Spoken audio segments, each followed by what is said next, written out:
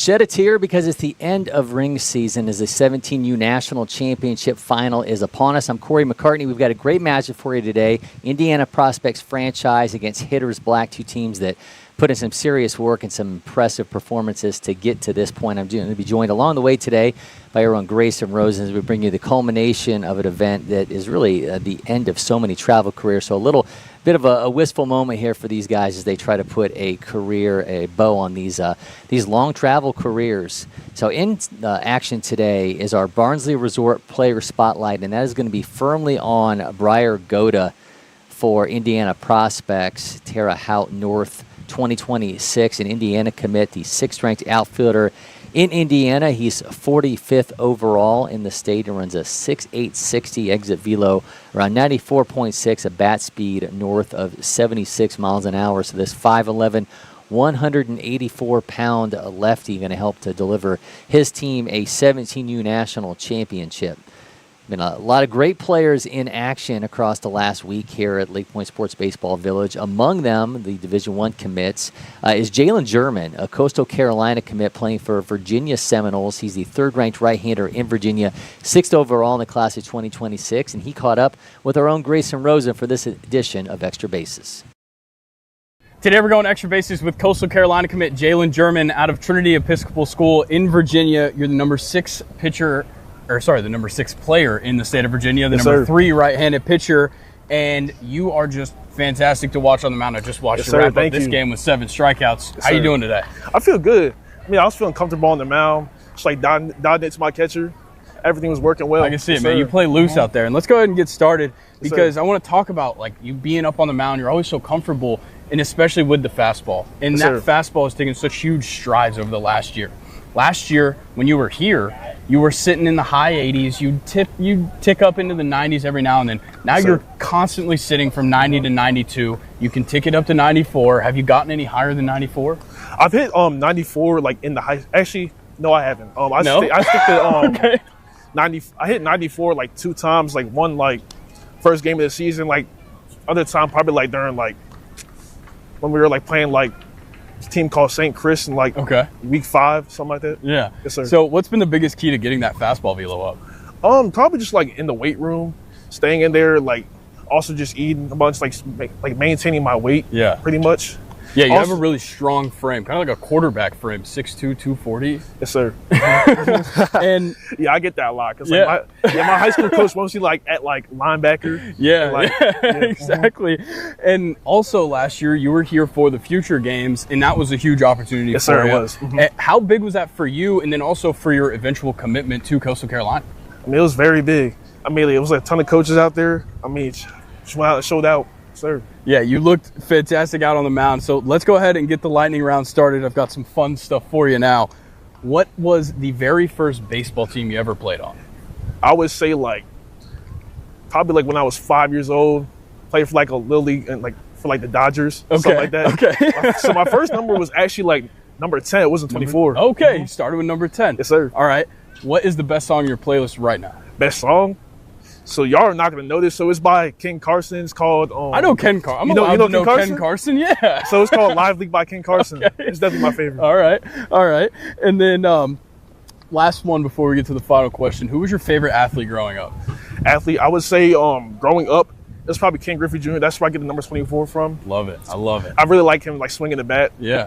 All right. My final question: with future games starting up next week, there's obviously a new class of guys that'll be here. What is the biggest advice or biggest piece of advice you have for anybody coming next week, and just how they can get the most out of it? So I would just say, like anyone's watching, like if you're like, there's always someone working out there. Like if you're like if it's like your off day, like there's always like something working like in front of you. Yeah, and there's always more work to be done.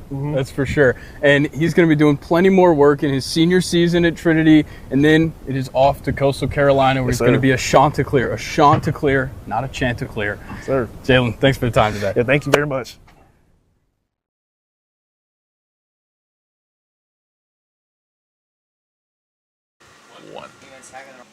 This 17U National Championship game is the beginning of a crazy week here across the Baseball Village in one you will absolutely not want to miss. We'll have coverage of the Prep Baseball feature games beginning tomorrow as you look at our Audacious broadcast schedule here. Wednesday's workout day. We'll have 2 broadcast windows for you. That'll be the 11 a.m. window where you'll see Texas North, Texas South, Arkansas, Louisiana, Kansas, Oklahoma, Missouri, and Midwest during that 11 a.m. window.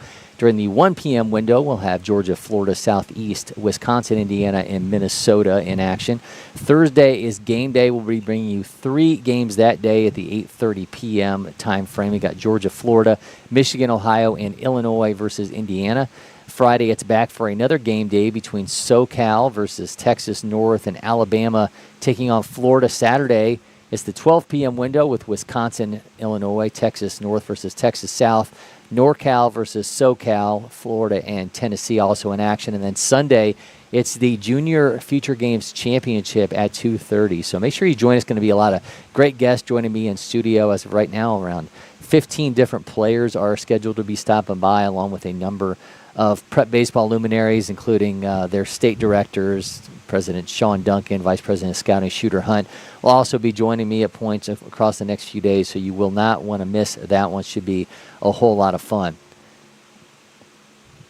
So we're just waiting to bring up our Windscreen Factory starting lineups in this one, bringing you these a little bit later than we normally would, but this is a quick turnaround for these teams as they went from playing in these semifinals to now getting their lineups together for the championship game. So as we take a look at these, hitters black, going to be led by Lucas Similik, and then it's Johnny Weiss, Cory Less, Jackson Rudolph, Daniel Coyle, Drew Zazonik, Cole Sisti, Zachary Rubin, Jake Newman, Max Steele, and Mickey Lotus, the right-hander, will be on the mound. Meanwhile, for Indiana prospects, be led off by center fielder Brian Goda. Then it's Bryson Moore, Drew Henderson, Damian Fisher, Colin Harrison, Chase DeBursick, Camden Putz, Reed Turner, Logan Green, and John Rosel. And we are just moments away from our first pitch here in the 17U National Championship Final. Going to leave you the starting lineups until we have first pitch from the Baseball Village.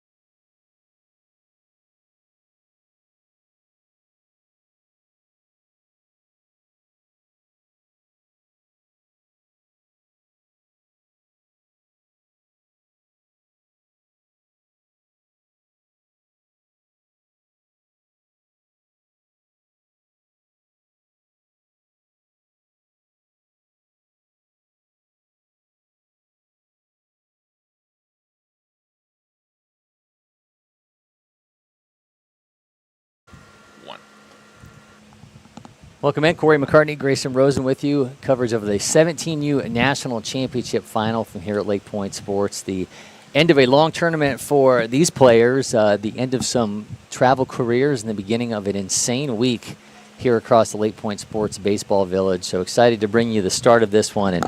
And I hate to tell you, we're going to be on camera for a lot of time over the next 6 days. Yeah, maybe you a little more than me, but it's going to be a blast. I think we're always having fun with these watch parties, and future games is just such a fun thing to follow along with. So we hope you guys join us for that. It should be a lot of fun, and we are excited to obviously bring you our coverage of this one. Hitters Black and Indiana Prospects. Getting a look at Briar Goda, the leadoff hitter for Indiana Prospects, and Indiana commit, and that's in for strike 2. He's facing off against Mickey Lotus on the mound for Hitters Black. Mickey Lotus at a St. Louis High School in Illinois. Goda drives that one. That's going to be down for a base hit. So a leadoff single gets things started for Indiana Prospects. Looking good in a hurry here. They try to finish off an impressive day. Both these teams just getting really impressive wins to get to this point. I mean, Hitters Black just destroyed Victus Vandals 12-0. And meanwhile, Indiana Prospects had their hands full at the end there against building champions, but able to come away with a dominant victory of their own. Yeah, and having that kind of momentum, especially after playing pretty close games, just about every one of our quarterfinal games was really close, and that one was just ripped out to right field. Playing back on it, caught on the warning catches track. it near the wall, so it's going to be out number 1. But, yeah, it was a lot of close games in that quarterfinal round this morning, and then you had some really stellar offensive performances where these two squads just showed up, and gives you a lot of really good momentum heading into the championship game here. One down, as we'll now see Drew Henderson. This guy is a monster, 6'6". Goda's going to steal. Got him at second. So Goda has some speed, runs a 6.8 in the 60, but able to mow him down for the second out. And could have had a runner in scoring position, but just like that, pressure on Drew Henderson now with 2 down in the first.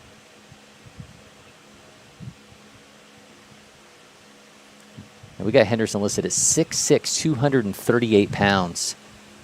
At Grand Junction, Colorado. I think we were both surprised looking through this Indiana Prospects franchise roster to see so many kids from across the country. You got players from Arizona, California, Colorado.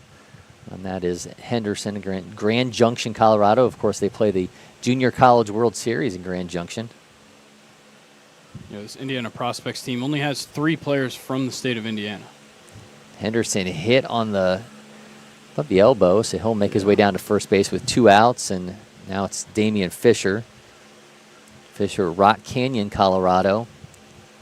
6'2", 200-pound righty. I think the more surprising part of this is how many of these states are nowhere close to Indiana. Well, Indiana's a state of mind. Fair enough. 2 down for Fisher. Again, 6'2", 200-pounder, runs a 6'8", 60. Exit velos run 97.6. Lotus really trying to rely on that secondary stuff here. Get some aggressive hitters. We saw both these lineups be really aggressive and jumping out to huge leads early in their semifinal games. Yeah, and I've already liked the approach here from Indiana Prospects, though hasn't awarded too much success here after the throw down to get the out at second. But I liked that. To start the game, you had Goda going deep into the count and then just kind of a nice base hit out into the outfield. And you've seen just really good patience at the plate, but also a willingness to be aggressive when it's necessary. And they're going to draw that walk and give themselves 2 base runners with 2 outs. So seeing that patience firsthand.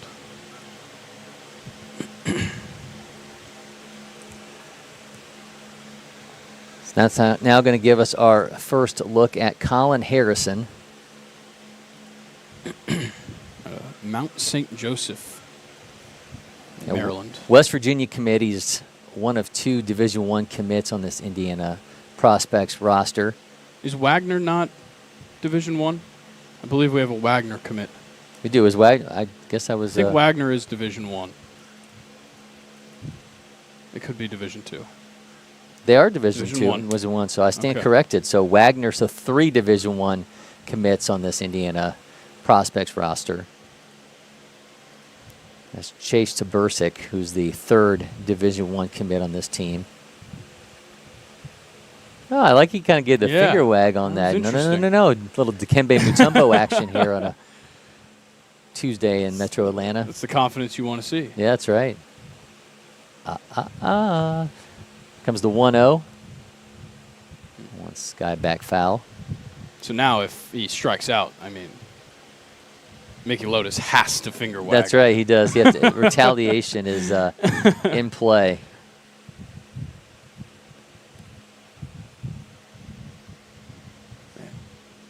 Drew Henderson looks massive at second base. He sure right does, now. yeah. This angle is making him look like a monster. So many NFL teams showing up for training camp today. I feel like he may be better suited in pads, but we'll seeing him in a helmet now, looking every bit the part at second base and trying to help to give his team a lead here on the top of the 1st inning with 2 down.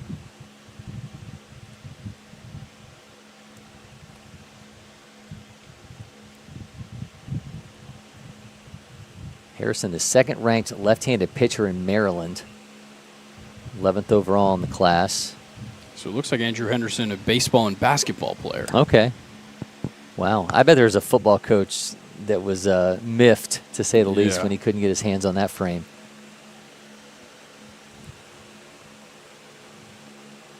Comes Lotus with the 2-2. That one is shot into center field on the run. Can he make a play on it? Second baseman's got it. It's going to bring it into the inning. They strand 2. We're through half an inning in the 17U National Championship final.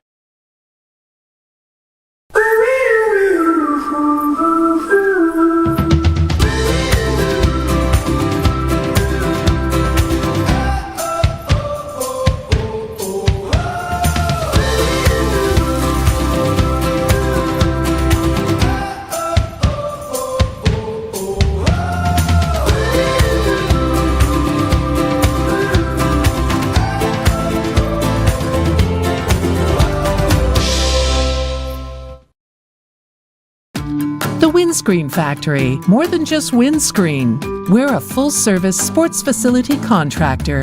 We manufacture windscreen for sports and construction, do fence repair and installation, and fabricate field netting and batting cages. In addition to manufacturing the products, we also install upon request. We make safety padding for backstops, rails, and walls, as well as full-service print shop with logo, branding, and signage capabilities. Please call us for a quote today.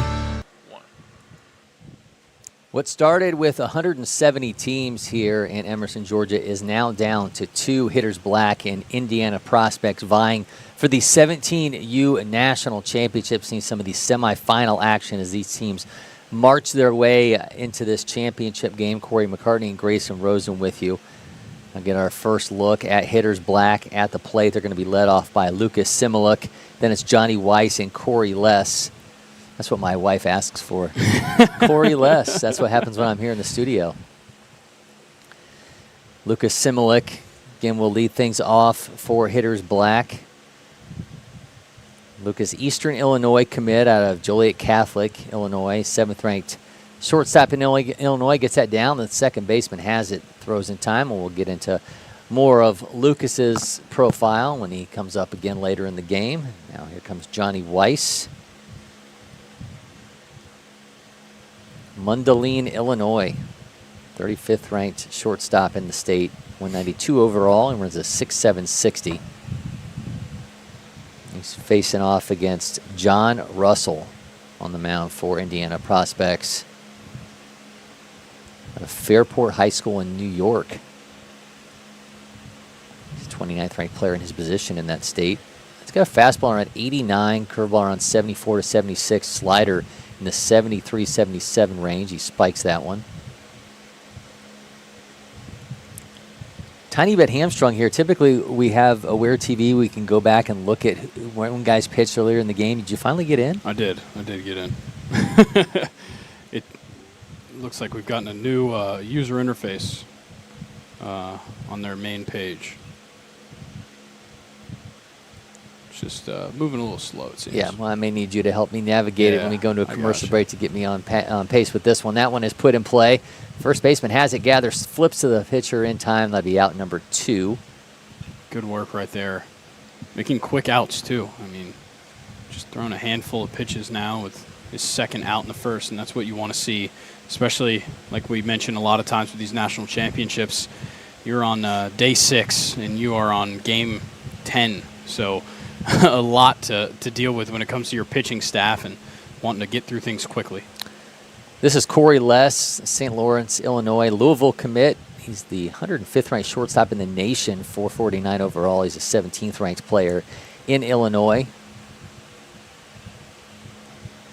Exit velos right around 100 miles an hour, bat speed around 80.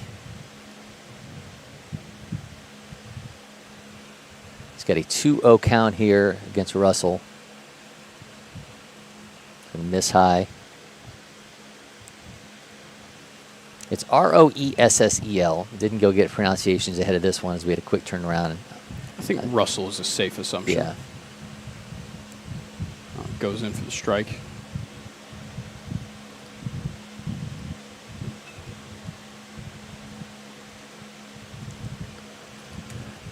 Three-one count here. Les watches that down the middle, run the count full. Due up next is Jackson Rudolph if we get that far.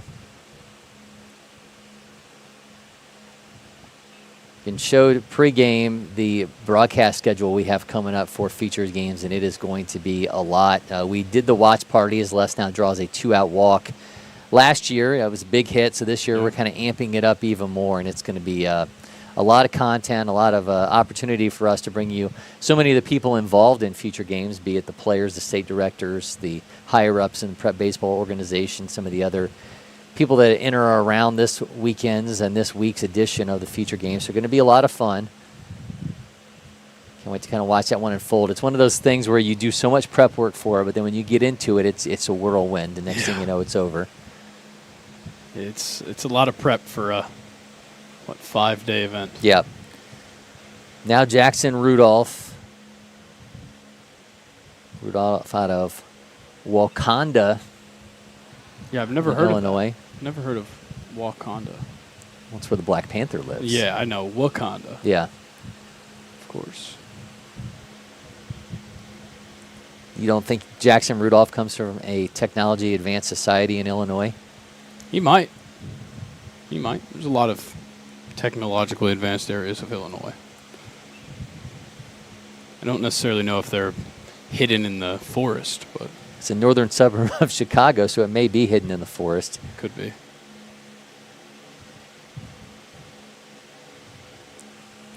Not a lot of high-note alumni. I have to say I've never heard of Dr. Manhattan. Me neither. Might have to check that out. It Yeah. says it's a rock band. If But anybody also wants to give their reviews on Dr. Manhattan. Grace Lynn Keller, who was Miss Iowa in 2021 and 2023. But she's not from Iowa? But she's not. She went to high school in Illinois, but she was, yeah. That's stolen valor. Yeah, it is.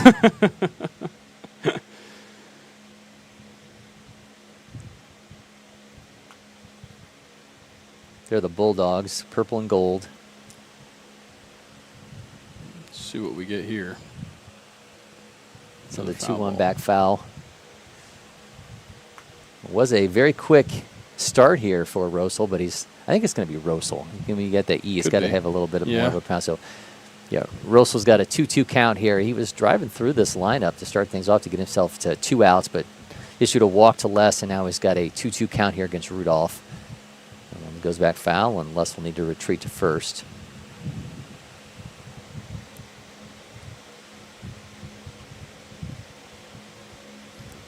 He's listed at 5'10", 225 pounds. You get some Oklahoma drills going on here in this between Drew Henderson and Jackson Rudolph. That's what's gonna. We're not gonna go to extra innings if No. inside. There's Well, we've Oklahoma already drills. seen this kind of theatrics play out in the Yeah. MLB All-Star game with that pseudo home run derby. We'll just have coach selected Oklahoma drills. Honestly, I wouldn't have minded if we saw the MLB guys do Oklahoma. That would be pretty Kyle cool. Schwarber, I think, yeah. would kill that. He would. Yeah, it was quite the high school football player in Ohio. Was in play. Shortstop has it. Funky get there, but he was able to grab that. Some theatrics of his own. Brings it into the inning. Stranded hitters all around. We're scoreless through 1 in the 17U National Championship final.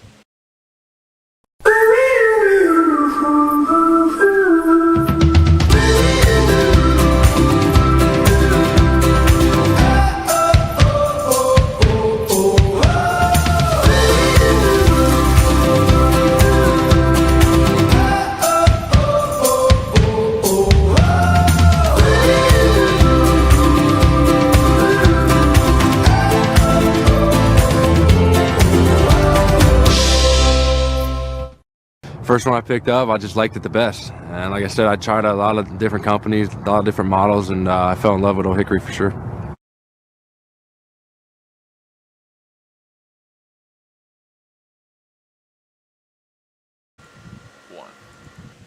On to inning number 2 of the 17U National Championship final. Cory, McCartney, Grayson, Rosen with you. Campus is abuzz. Having check-in right now for the senior future games. We'll have future games check-in a little bit later. The seniors will actually get started today with some of their game action, and then we'll roll into workout day here looming for the future games teams, and then the junior future games will get their action going as well. That one's a little bit different because you obviously get the tournament play of that as we see Austin and David Sharp from Prep Baseball Alabama walking by. We're at a vantage point here where everybody has to walk past our studio. Yeah. I think our camera might be frozen. I think it was maybe on our end. Yeah, we were frozen, I think it might be. All right, Mickey Lotus is back on the mound. Interestingly, I was running through the wrong pitcher on Indiana Prospects. That's actually Damon Fisher that we were I kept calling John Rosel, so I'm sure I'm going to hear about that in the comment section, but that's what the comment section's for.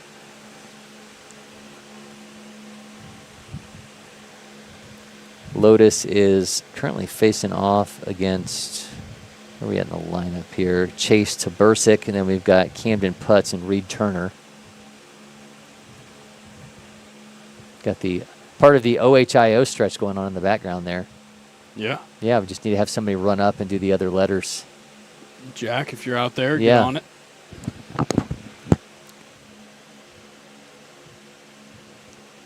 Tabersic is that Wagner commit that we were previously talking about out of West Milford, New Jersey.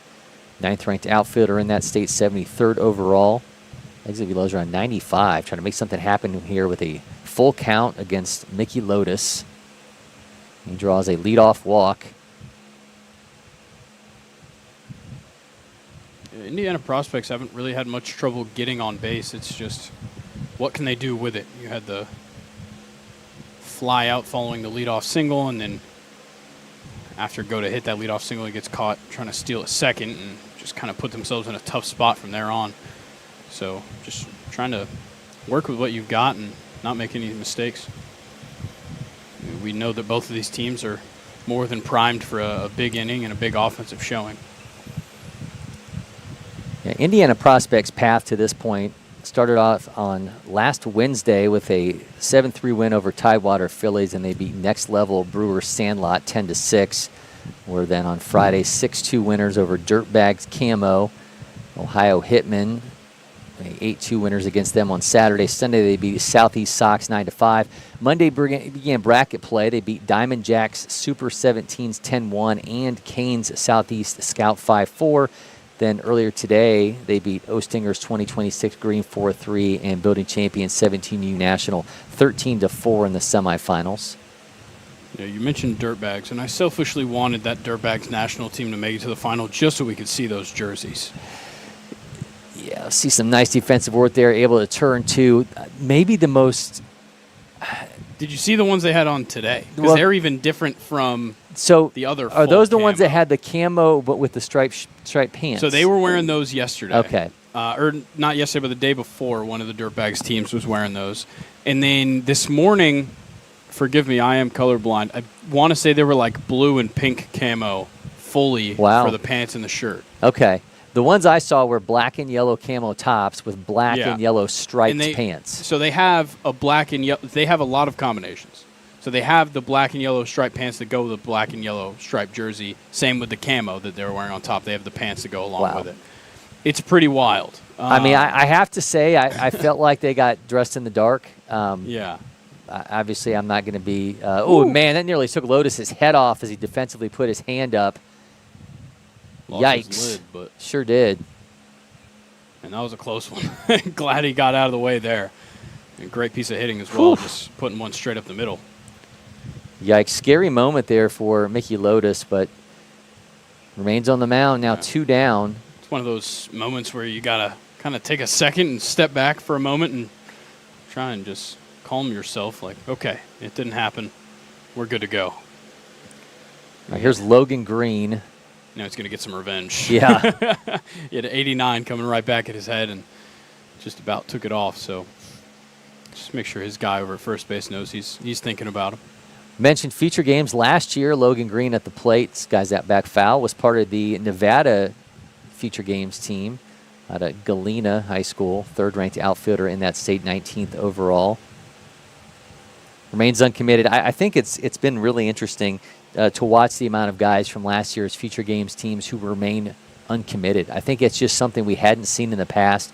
We were so used to seeing guys just snatched up, but in honesty, I talked to a lot of parents about this. Just the change in the dynamics of recruiting and the transfer portal has left a lot of guys unexpectedly going into their senior years without those next destinations set. Yeah, I think obviously the transfer portal is a big part of that. Oh, and that's going to get all the way to center field, but he's going to stay at second. But I think the transfer portal obviously plays a huge role in that because we're seeing a record amount of players making those moves. But on top of it, those roster limitations that changed after last season is a huge factor. I mean, that was something that was getting talked about last year at future games and how that was going to impact, how quickly we see guys commit or how quickly these colleges are going to offer these players. So it's definitely been a little bit of a change. And I mean, overall, it's been a huge change because now we're going into this future games and based on the rosters we saw early, I haven't seen the final rosters yet, but there was only 2 2028s. So it's pretty well just 2027s. Whereas last year, we had quite a few 2027s in the mix already. And that's a couple of guys who, that's probably why they're not here this year, is because they were here last year when the 2026s kind of got their shine. And I think that as well just plays a big factor in what guys are going to see out here. Another variable, too, is the super sophomore games, which will be taking place the first weekend in August, where we'll have a number of those 2028s. We'll get that opportunity to show out. Just, oh, man, nearly got it at shortstop, and that's going to have the bases loaded. Stops it from going any further. But nearly had a spectacular defensive play at short, just able to stop it from going into the outfield and potentially seeing our first run of the game. So the bases will now be loaded, as we'll now see John Russell. First and third, I believe. I think those uniforms are so close in color, it kind of threw me off there as we had traffic at second base. So we're going to have him at the corners now for John Russell. Talked about him earlier, mistakenly on the mound. For Fairport High School, he's playing second base today for Indiana Prospects. He's going to sail high on Lotus. After him, it's back to the top of the order, and Brian Goda get that far.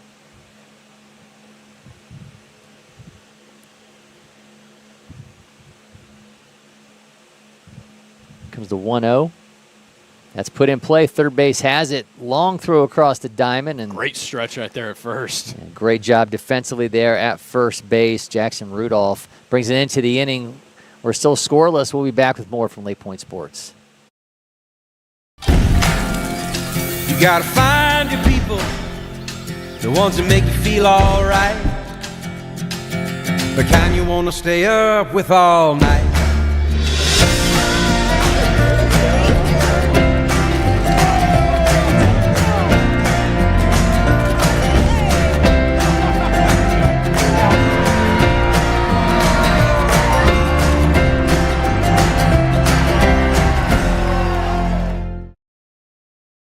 With its unbeatable power and its versatility, the Eminence 605 grill from Atlanta-based Monument Grills lets you grill like a pro. Learn more about the Eminence 605 and their other grills at monumentgrills.com.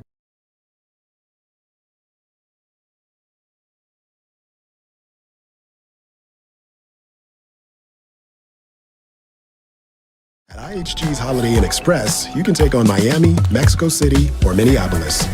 Fuel up with free hot breakfast, all while earning points for free nights with IHG One Rewards. Guest how you guessed at IHG Hotels and Resorts. We will get a look at Daniel Coyle, Drew Dozonik, and Cole Sisti here for hitters black as we sit in the bottom of the second inning in this 17U National Championship final. Damian Fisher back on the mound for Indiana Prospects. Fisher's got a fastball around 85, changeup at 74 to 75, and a curveball 66 to 69. You're going to see if hitters have hitters, coincidentally, but just going to see what they're able to do out here. Nobody's really broken through. Indiana Prospects has shown that they're more than capable of getting runners on the base paths. It's just they haven't quite finished when they've gotten that opportunity, and now hitters black going to give themselves a chance to maybe prove something here in the bottom of the second. Fisher did pitch earlier today against building champions through 12 pitches in that one, but that's the only time he's been on the mound in this tournament. So relatively fresh arm. Yeah, certainly something to watch here because I think that's always one of the storylines that we're watching in these championship games is how long are these pitchers going to be able to go. Meanwhile, Mickey Lotus, who's starting for Indiana Prospects, for hitters black, threw 34 pitches back on July 18th. So that's the last time he was on the mound, so 4 days ago. So both of these guys should be pretty well rested, be able to go deep in this game. Saw a nice full 90 out of Coyle out of Coyle after he drew that walk, sprinting down to first base. Got a good lead, and he's going for second. Foul off the bunt attempt, so he's going to have to go back. I don't think he realizes. And now he's going back. We don't have a 60 time down on Coyle, so I think we need to get the stopwatch out. Yeah. He was moving pretty fast, but they were trying to run the bunt, and maybe didn't even need it. Drew Dozonik now at the plate, Sandburg, Illinois. Drew's playing right field today, primarily a second baseman and shortstop.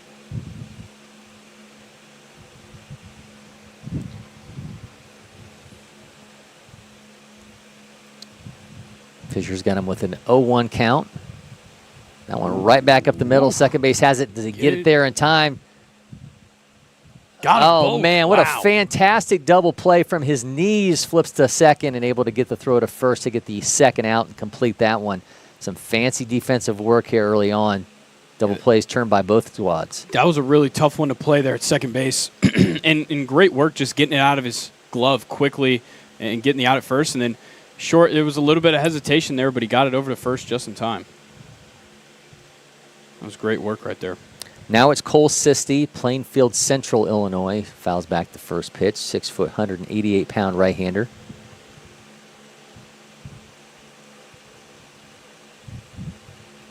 It's a rarity for us to have seen a couple double plays already, just an inning and a half into a game.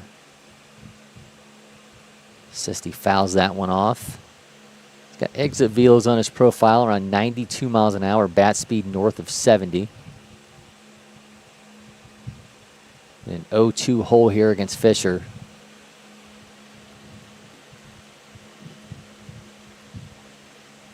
Yet to see a strikeout from either side. They've done a really good job of just putting bat on ball. There's another, goes foul. It didn't really register to me until finished up in Saturday's game when we had that magnificent performance from Blake Bryant, who wound up being our Publix player of the game as he was heading out. So many of these guys, this is the last time they're going to be playing on these fields. Yeah. This is the end of their travel careers, as that one's going to drop into the glove of the center fielder. Man, just fantastic glove work all over. And, man, you got to give some love there to Indiana Prospects because, man, they absolutely came to play defensively in that inning. We're on to the third, and we'll show scoreless from LakePoint Sports.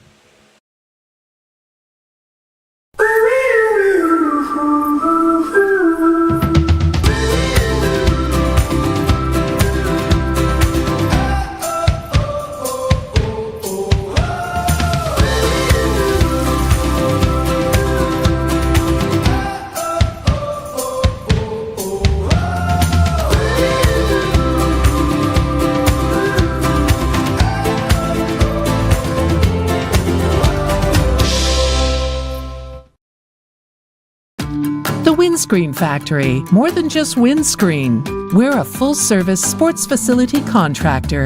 We manufacture windscreen for sports and construction, do fence repair and installation, and fabricate field netting and batting cages. In addition to manufacturing the products, we also install upon request. We make safety padding for backstops, rails, and walls, as well as full-service print shop with logo, branding, and signage capabilities. Please call us for a quote today. We're back here, the third inning of the 17U National Championship Final. Cory McCartney, Grayson, Rosen joining you. It's the top of the order here for Indiana prospects. It'll be Brian Goda, Bryson Moore, and Drew Henderson. Mickey Lotus back on the mound for Hitters Black, his third inning of work. He's thrown 41 pitches so far. We've seen 3 hits out of this Indiana prospects lineup, none thus far for Hitters Black. Yeah. Brian Goda, the guy that got it started for them in that first inning with a hit. So he's putting one on the ground here. Going to try and run it out. Not quite.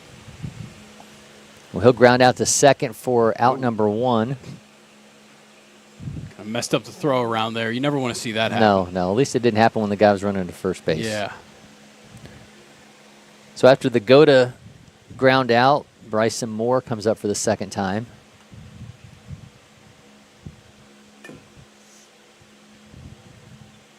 Moore from Douglas Moore High School in Colorado.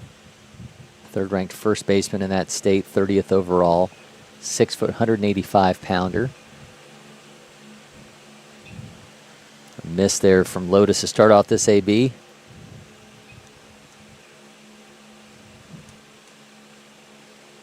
That's in for a strike, run it even.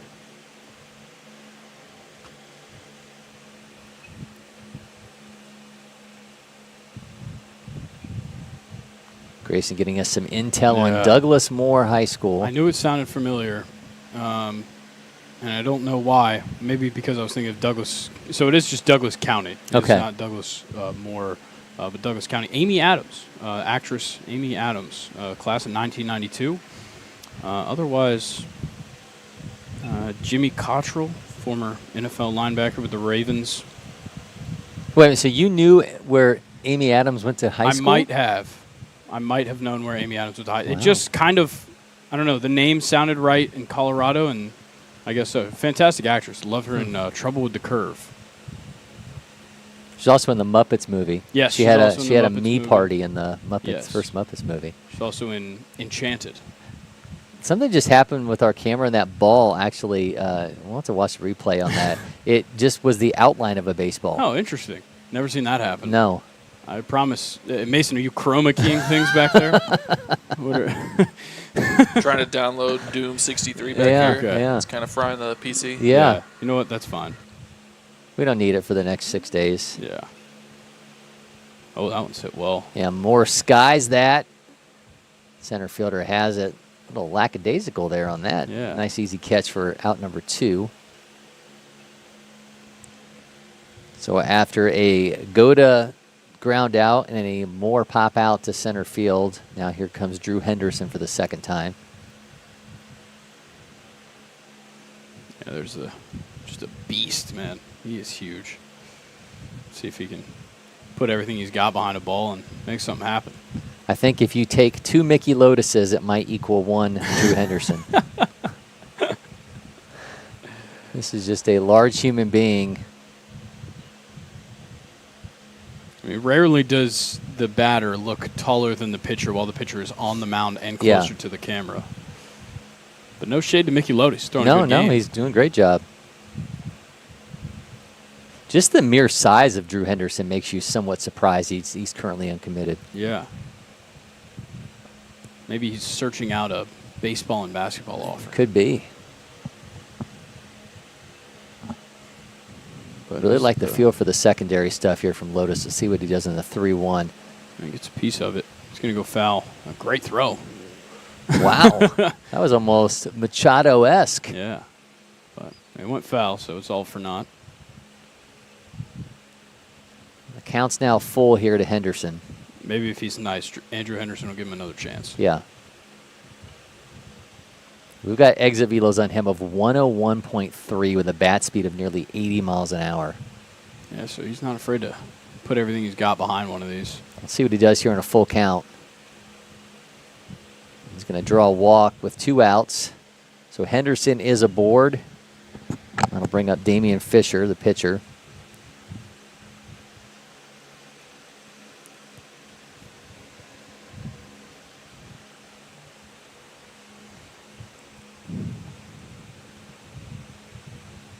Fisher's first pitch swinging. Hard on the ground. Bouncer to the short. Throws a second in time. That'll bring it into the half an inning. We are still scoreless, searching for that first run as we march along in the 17U National Championship. Hot summer days call for cool adventures in Cartersville Museum City. Beat the heat indoors with jaw-dropping exhibits at Tellus Science Museum and the Savoy Automobile Museum. Hit the water at Terminus Wake Park, kayak the Etowah River, or head to Lake Allatoona for fishing, boating, and unbeatable lake days. When the sun sets, head downtown for live music, delicious eats, and local flavors. From family fun to date nights, summer memories start here. Plan your trip today at cartersvillemuseumcity.com.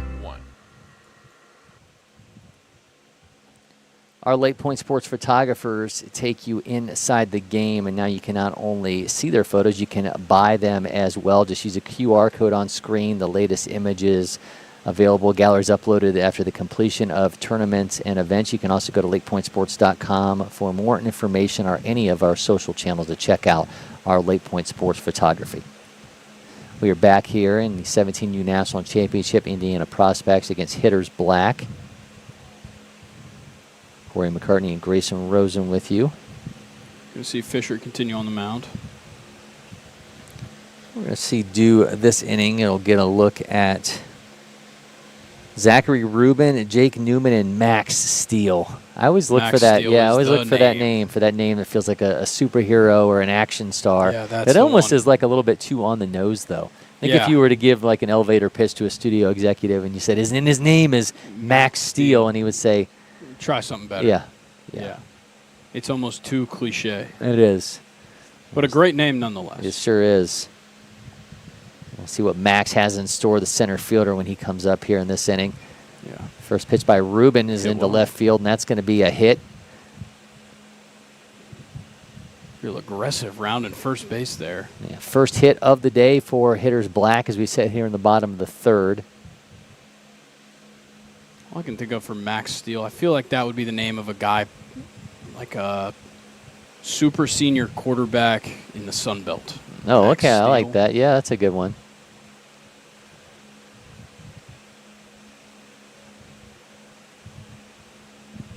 Probably been in the portal a couple times. Landed at Louisiana Monroe. That's right.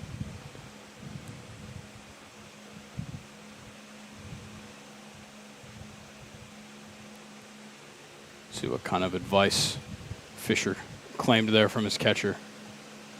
Well, he's got Jake Newman from Lincoln Way East, catcher, and he's caught some heat. there is no version of heat that Jake Newman's going to see in this AB that he has not seen tenfold. With obviously Jack Bauer on the mound, we had Jake and Lincoln Way East here this past spring for the prep baseball spring break experience, and that was when, of course, Jack went 102. Jake's the 14th ranked catcher in Illinois. He's 117 overall.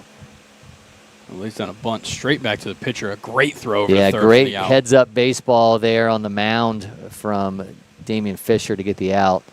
Yeah, that's really good stuff right there from Fisher. Just no hesitation, knew exactly where he needed to go with that ball and put it on the money. Newman is aboard, though, and now here comes Max Steele. Max from Naperville North High School in Illinois. Like Max Steele sounds like the name for a like a superhero that like is made of metal. There you go. Yeah, absolutely. Yeah.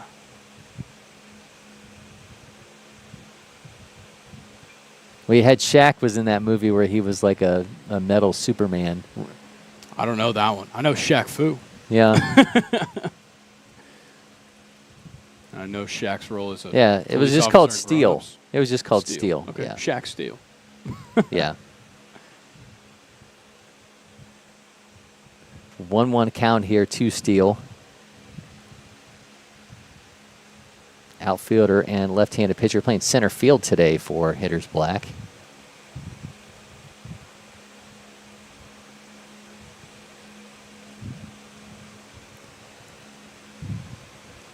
Still searching for our first run as we sit in the bottom of the third inning in this one. Combined 4 hits, 3 by Indiana prospects, 1 in this inning now for hitters black. Another bunt, runner taken off.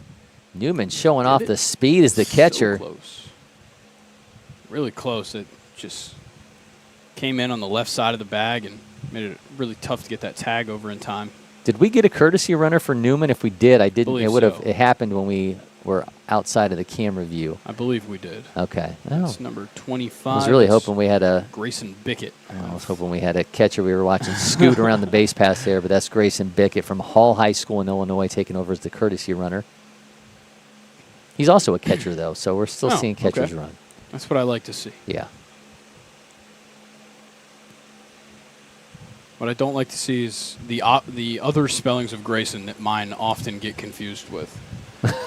Is E-Y-S-O-N. Well, my name's been like that my whole life Yeah, as well. you probably get the E-Y Yeah, as I do, well. yeah. Although I went through this time period in the 80s where everybody knew how to spell it because of Corey Haim and Corey Feldman when they were famous. So. Yeah. Yeah, I can't even find my name at like a kiosk.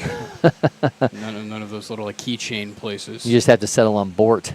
Yeah, I got nothing. All right, 2-2 count, 1 down. After Steele's the top of the order with Lucas Simolik. If any of our connections at Coca-Cola would like to get me one of the bottles with my name on it, there you go. Because I cannot find one of those, that's for sure. Share a Coke with Grayson? Yeah. You can custom order them. You can custom order them? Yeah, but you can't get the plastic bottle. You can get a glass bottle or a can. Wow. Did not know that. Yes, as somebody who will never find their name on one, you look into different things.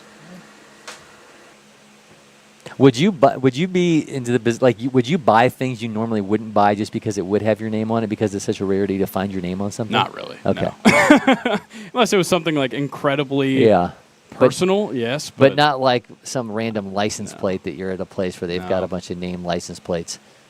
Steele sends that into left field. It's going to be caught for now. Runner will retreat to second. I'll admit I am a bit of a trinket guy. I like to have things around, but I don't need my name on it. Okay. You already know who you are. Yeah. Yeah, I don't need it. I have no trouble remembering my name. Lucas Simolik steps in for the second time. He's 0 for 1. Joliet Catholic. Yeah, the Eastern Illinois commit. It's one of those schools you don't hear about often. Good program, though, in multiple different sports. 22nd ranked shortstop in the nation, 492 overall, 2022 junior feature gamer. When I was going through rosters for the feature games, interestingly, we won't see this anymore, but how many guys were multi-time junior feature gamers? Yeah. We're not going to see that anymore. Yeah. Now there's just one class of junior feature gamers, and you get the super sophomore games and then the feature games. So you'll still have some guys who will be 2-time feature gamers, but even that's going to be a rarity now with the super sophomore games. As a throw over from short to the first for the inning ending out. We're through 3, still scoreless from LakePoint Sports.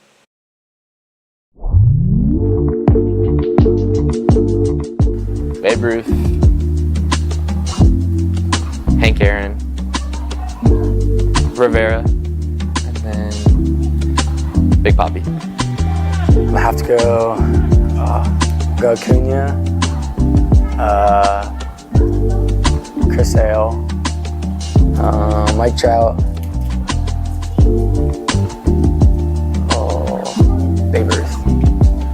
David Ortiz, Ted Williams, Chipper Jones, and Mickey Mantle. At IHG's Holiday Inn Express, you can take on Miami, Mexico City, or Minneapolis. Fuel up with free hot breakfast, all while earning points for free nights with IHG One Rewards. Guest how you guessed at IHG Hotels and Resorts.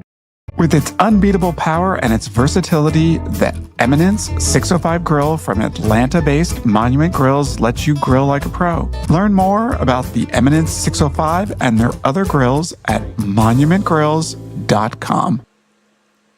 West Virginia commit Colin Harrison will lead things off for Indiana prospects. He'll be followed by Chase Tabersic and then Camden Putz as we roll along here. Top of the fourth inning. We're still scoreless in the 17U National Championship final.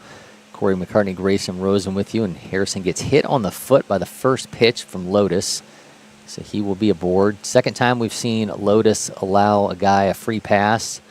First was that third inning walk, but Indiana prospects were unable to cash in. We'll see if that changes here as we sit in the fourth inning. And now here comes Chase Tabersic, the Wagner commit.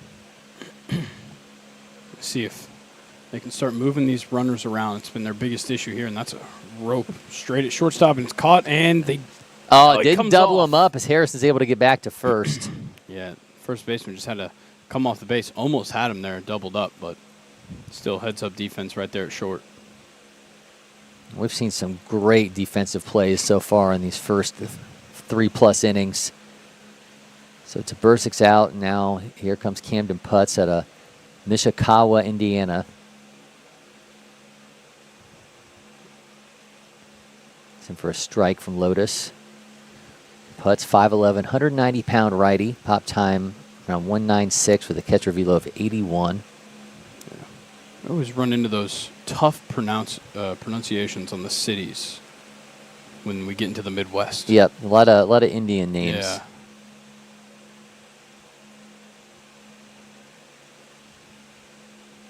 Few butchered the way that my high school was butchered. Yeah.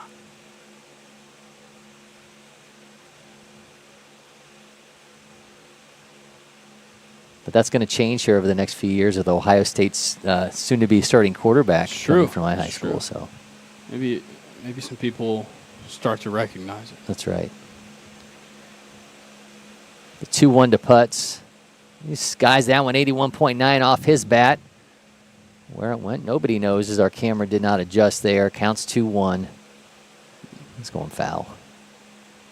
No, he's going to be out number 2. Almost looked like he was heading back, but yeah, for it's out a number 2. There. All right, so now 2 down for Reed Turner. Turner out of Yorktown High School in Indiana.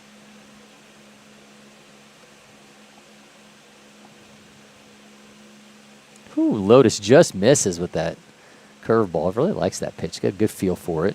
Yeah, I've liked watching how Lotus operates on the mound because he doesn't change anything. Nothing has changed no matter what the scenario has been. He's been in all sorts of trouble and just finds a way out every time. Yep, Turner pops out to second. Another runner stranded by Indiana prospects. Move along. Bottom of the fourth inning upcoming from LakePoint Sports.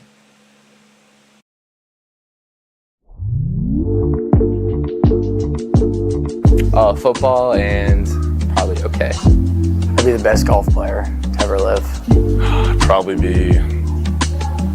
play football, tight end, or I'd be the best Clash Royale player. Hot summer days call for cool adventures in Cartersville, Museum City.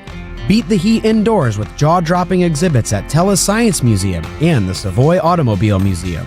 Hit the water at Terminus Wake Park, kayak the Etowah River, or head to Lake Allatoona for fishing, boating, and unbeatable lake days. When the sun sets, head downtown for live music, delicious eats, and local flavors. From family fun to date nights, summer memories start here. Plan your trip today at cartersvillemuseumcity.com. At IHG's Holiday Inn Express, you can take on Miami, Mexico City, or Minneapolis. Fuel up with free hot breakfast, all while earning points for free nights with IHG One Rewards. Guest how you guessed at IHG Hotels and Resorts. With its unbeatable power and its versatility, the Eminence 605 grill from Atlanta-based Monument Grills lets you grill like a pro. Learn more about the Eminence 605 and their other grills at monumentgrills.com. We are back. Johnny Weiss, Cory Less, and Jackson Rudolph due up for hitters black in this one. Damian Fisher is back on the mound for Indiana prospects, and we are still scoreless in the bottom of fourth inning in the 17U National Championship final. An absolute marathon of an event for these players. What began last Wednesday. 9th game for these teams, by the way. They've played 2 already today because some weather on Monday pushed the quarterfinal action into this morning. So teams got started at 8 a.m. with quarterfinal action, then played the semifinals right before this. So both of these teams playing in their third game today. And it's been pretty well nonstop. No game breaks in this triple header. For a strike to Weiss.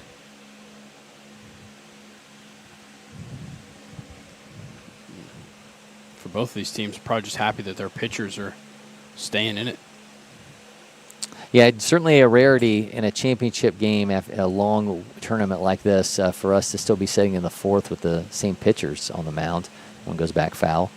Yeah, I wonder what your opinion is here. Do you think that having these 3 games on the final day almost helps you out with the pitching situation because you can approach it as like, okay, we got to play it really careful here, throughout the day, whereas maybe if they had played that game last night, they would have been more like, we got to win now just to get to tomorrow.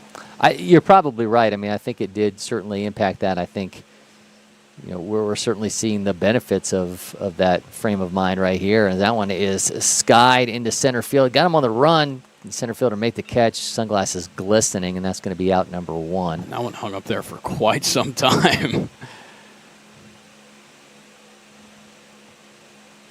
But luckily for both these teams, too, they both ran away with their games, so they didn't have a situation in the semifinal where either one of them had to look to the arm that they would wind up using in the championship game. I mentioned Fisher did see some action in that one, but it wasn't much. Again, runaway victories. Hitters Black didn't go through their schedule to this point, but on the first day of the tournament, that Wednesday, they were 5-3 winners over Scorpions Team East, and then Thursday they tied with DCP 2026. Then Friday, 11-4 winners over CBC Marucci Midwest. Saturday, they won 6-4 over Easley Baseball Club, swing and a miss. Sunday, they won 13-2 over Clutch Baseball, and then into bracket play, where Monday they beat Fieldhouse Pirates 3-1 and Ohio Warhawks 1-0. Then today they were winners over Rawlings Mad Mavericks 8-6 and 12-0 was the win over Victus Vandals today in the semifinals. Goes down on strikes. Damian Fisher gets our first strikeout of the game for out number 2 here in the 4th inning. Incredible. In a scoreless game, to not have a single strikeout to this point. Pretty insane. Good work by both squads just putting the ball in play, and we've seen a number of base runners on both ends, so they're all doing some pretty good work. So Fisher strikes out Cory Less, and now Jackson Rudolph's up again for the second time with 2 outs here in the 4th. It's 0 for 1. And this outside runs count to 2-0. The entirety of Prep Baseball's crew is here on campus for the next few days, so a lot of additional faces, and we'll see hundreds of college coaches over the next few days here for the feature game. So it's going to be a monkey in a barrel kind of aspect for these coaches with so many guys here. Jackson Rudolph, the 2-out walk. They'll bring up Daniel Coyle, the left fielder. Now I think it's my time to make my own Cory Less joke after he got out, which is if you were looking to see Cory Less, this is not the week. You're going to see a whole lot of Cory this week. Yeah, this is gonna be a lot. I think last year we ended feature games, and I had, I believe, north of 25 different guests here in studio. We had, I think it was close to 16 hours on air. I'm hoping to trump both of those numbers this time, but we'll see. Going to have a lot more players this time, so we've got 15 slated at this point to stop on by, and we'll see if more come into the fold. Yeah, and those are always so much fun when those guys get in here and just get to, play it loose. It's not even like that interview format either. It's just kind of hanging out. Out ropes. Yeah, Coyle ropes that right into the glove of the second baseman, and man, what's some great defensive work here. The middle infield for Indiana prospects has been unbelievable. Yeah, they've been absolutely nails, and we're still waiting on our first run. We'll be back with more from LakePoint Sports.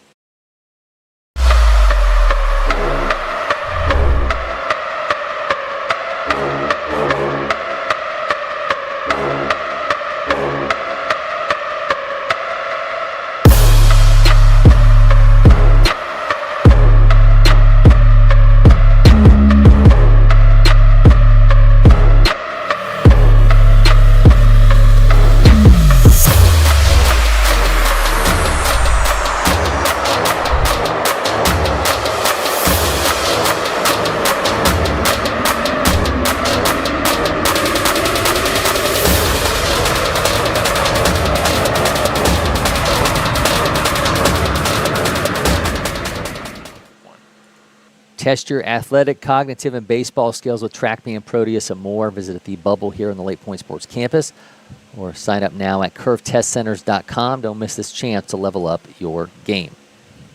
Our action continues on to inning number 5. It's been a quick game thus far. 4 combined hits, 3 from Indiana prospects, 1 for hitters black. Mickey Lotus is back on the mound in his 5th inning of work, and he's got, we're at the order, Logan Green, and then John Rosel, and then Brian Goda, the leadoff hitter, will hit for the 3rd time here in this 5th inning. Looks like we've got a senior future gamer hanging out behind the plate there, just left of the umpire. Looks like one of our senior future games jerseys with the future games hat. Yeah, definitely dig the whole motif that they have, where it's geared more really towards the regions. That one is roped down the left side, 87.7 off his bat. So tell everyone a little bit more information than they want to hear. We have 2 fans that are currently going in our studio. Our air conditioner was broke this morning, so thankfully our LakePoint Sports team's able to help us out here and get this AC unit back on track. So hopefully that's going to save us over the next 6 days, where we're again going to be on air for a long period of time across these future games, bringing you a lot of this action. And there's our first strikeout on the other side as Mickey Lotus gets the K against Logan Green. It just took us a little bit of time, but yeah, now they're rolling along. Still rolling. John Rosel will get his chance now with 1 down. Last hitter in the order for Indiana prospects, then it's back to Brian Goda.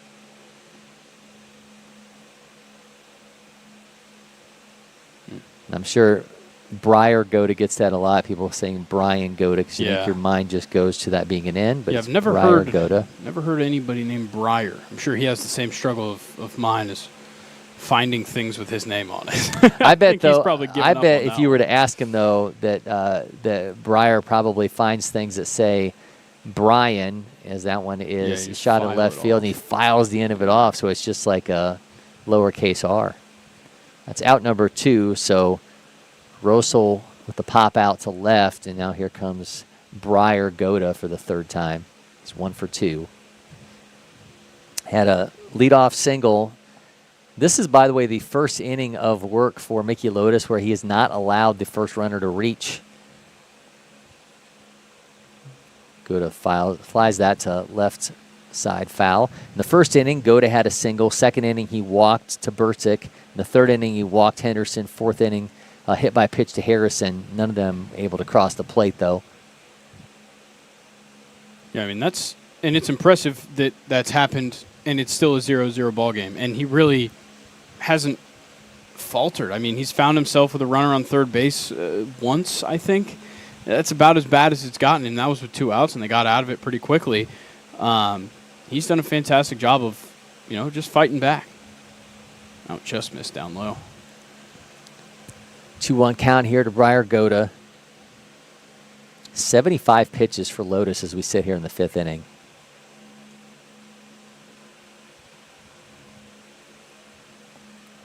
And he draws a 2-out walk.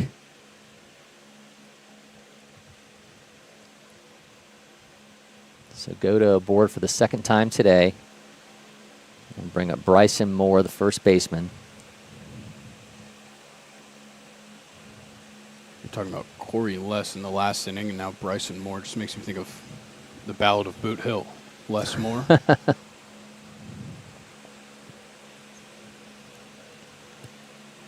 2 down here against Moore.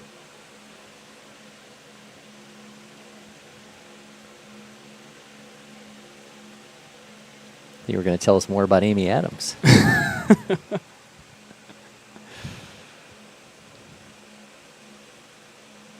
The first thing about being obsessed is you have to admit you're obsessed. I'm not. Okay. I'm not. That was more of the Johnny Cash reference / Tombstone reference. Okay. For Les Moore. Well, Bryson Moore skies that into left field, got him on the run near the foul line, and that's going to be an out. Man, we're stranding runners left and right. We're still scoreless heading to the bottom of the 5th. You're watching the 17U National Championship.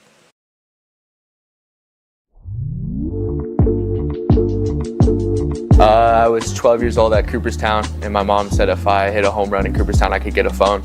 And on the final game, I hit a bomb over left field, and I got a new phone. I've never hit a home run up to that point. It was 14U, really small field. I wasn't hitting anything, and I finally poked one out, barely. My first home run was 8U at Eastside.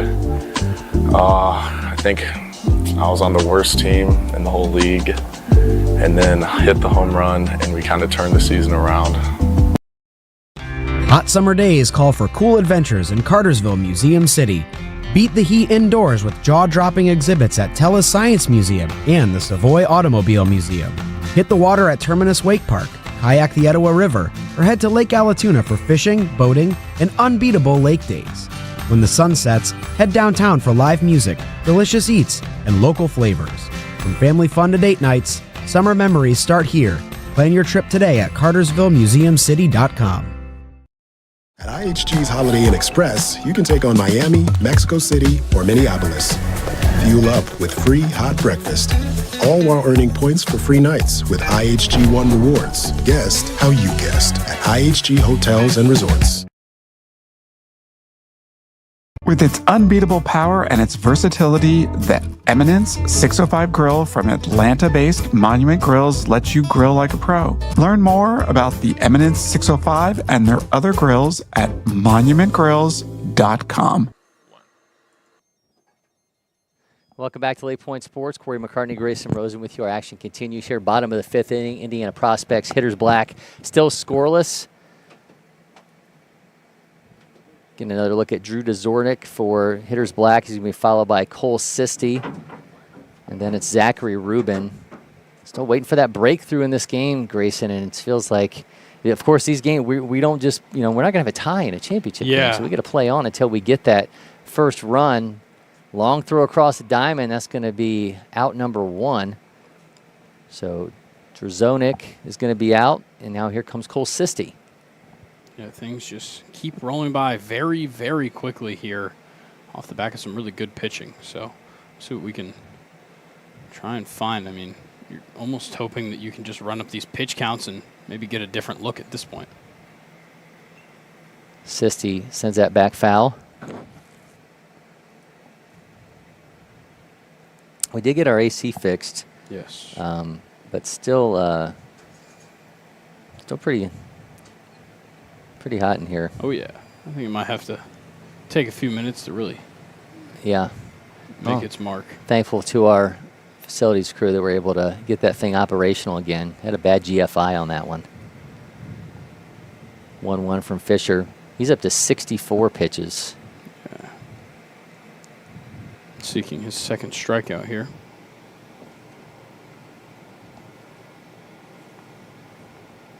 That one's going to get fouled off. Extend the at-bat a little longer. One down in here in this fifth inning. Sisti to be followed by Zachary Rubin. Gets a piece of it. It's on its way into center field on the run. That's going to drop down for a hit. So a one-out single for Cole Sisti brings up Zachary Rubin, the DH. Just the second hit off of Fisher in this game. Wow.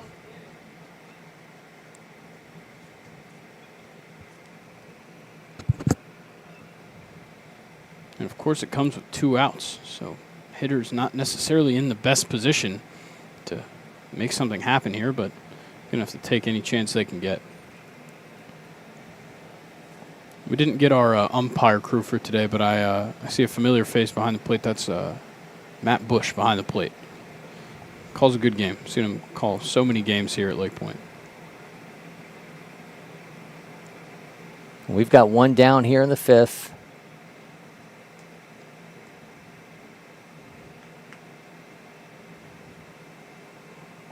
Rubin puts it in play. Fisher throws the second in time. Oh man, had a slide there. Collision at second base. Didn't look intentional, but no. Kind of a tough route there from the shortstop, but he gets the outs and they're out of the inning. Didn't even need to make that throw. I think there might have actually been 1 out. I'm not. Was it 1 out or 2? Well, we had Drew Drzovic started off the inning, then Cole Sisti, and then Zachary Rubin. So, yeah, that would have been out number 3 right there. Okay. All right. We're through another half an inning. Still scoreless. We'll be back from LakePoint Sports. You gotta find your people, the ones that make you feel alright, the kind you wanna stay up with all night.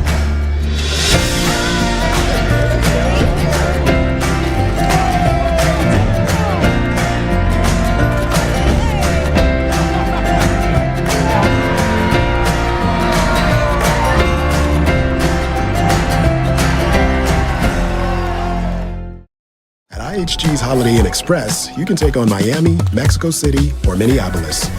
Fuel up with free hot breakfast, all while earning points for free nights with IHG One Rewards. Guest how you guessed at IHG Hotels and Resorts.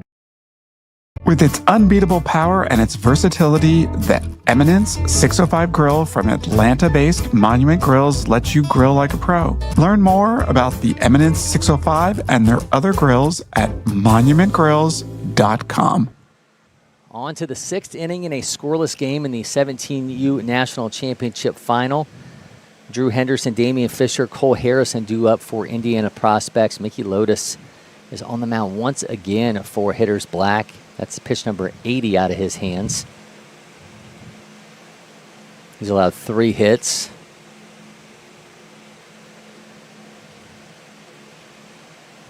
He's really been able to dance his way out of trouble. Go back to it. He allowed base runners in the 1st, 2nd, 3rd, and 4th innings, but none of them would come around to score. He's able to avoid that in the 5th inning, and now here we sit in the 6th, and he's got a 2-1 count here against Henderson. I love the stirrups look on the mound. Yeah, that's such a rarity. Weak contact going straight back foul. See what Henderson's approach looks like with 2 strikes on him. Comes a 2-2. Miss outside count now full.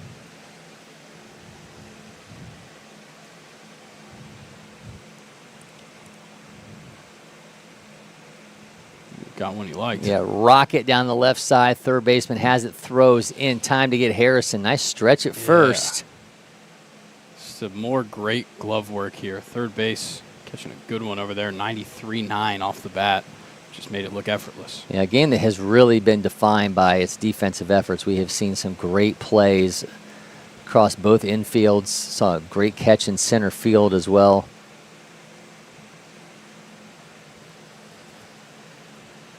From Henderson to now Damian Fisher. Colin Harrison, the on-deck circle.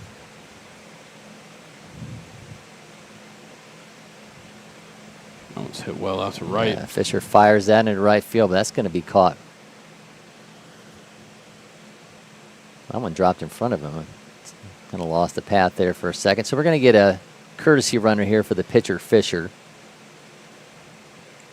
Some blonde hair bouncing in the background. Some serious lettuce we've got heading over to first base.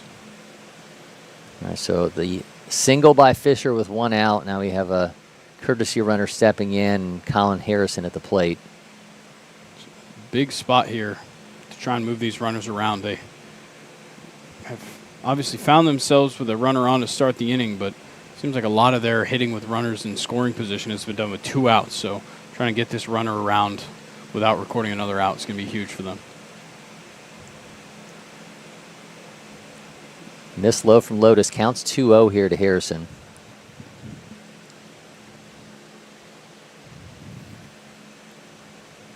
Chase Tabersi's in the on-deck circle.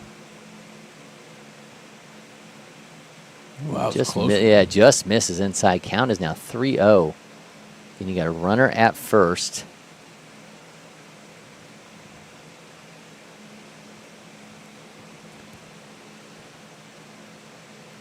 It's right down the pipe for strike 1.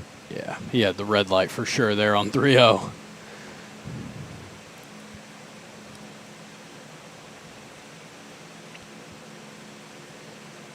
The 3-1 nice. is roped into right field. And that's going to be Wow, what a fantastic grab in center field. My word, what an awesome effort. Wow, man, just some great glove work there. That was Max Steele in center field, laying out for that one. So now 2 down. Wow. You're not going to come by that every day. I thought that was about to be a perfectly executed hit and run, but instead it gets snagged. And what a great diving effort there. Now here comes Chase to Berksey.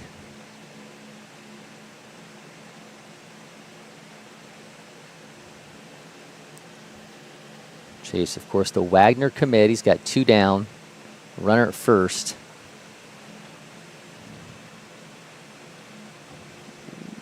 Takes off. The throw is in time. Throw him out at second. Defense continues to rule the day as we head to the bottom of the 6th inning. We are still scoreless from LakePoint Sports.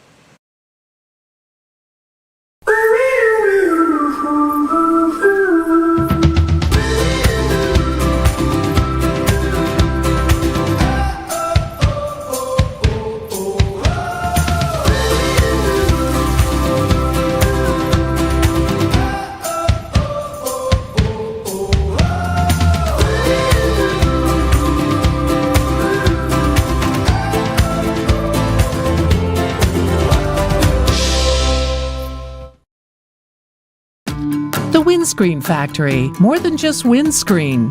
We're a full-service sports facility contractor.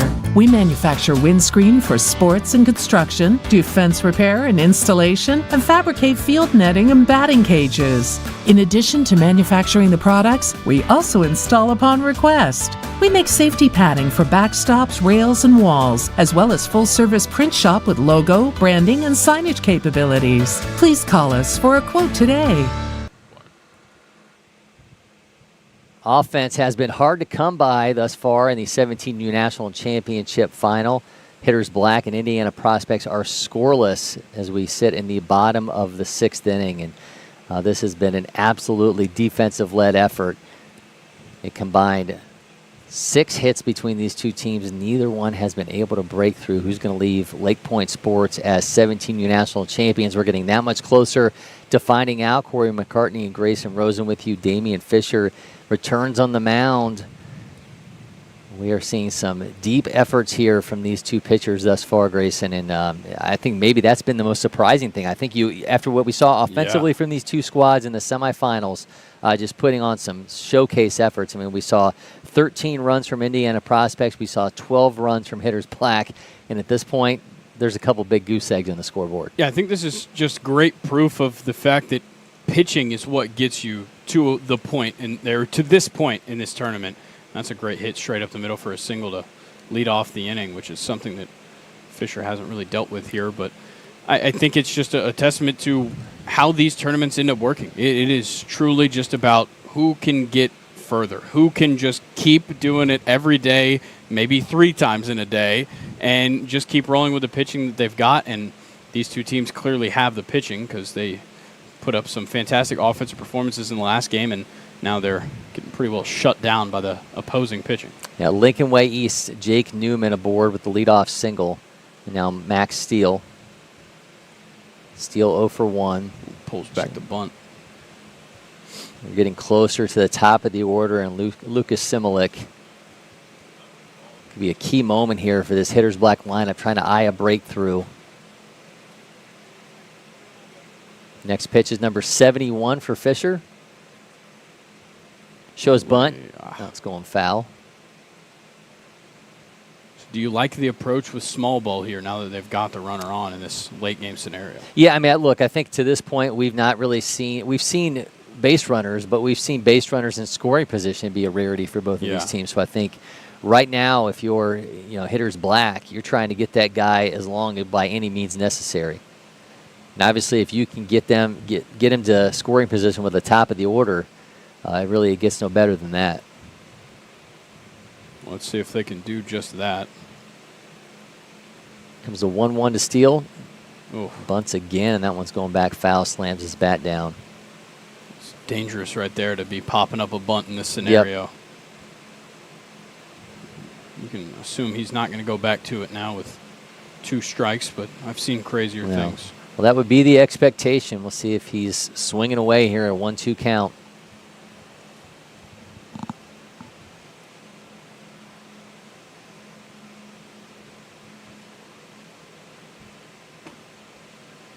Ropes it back foul.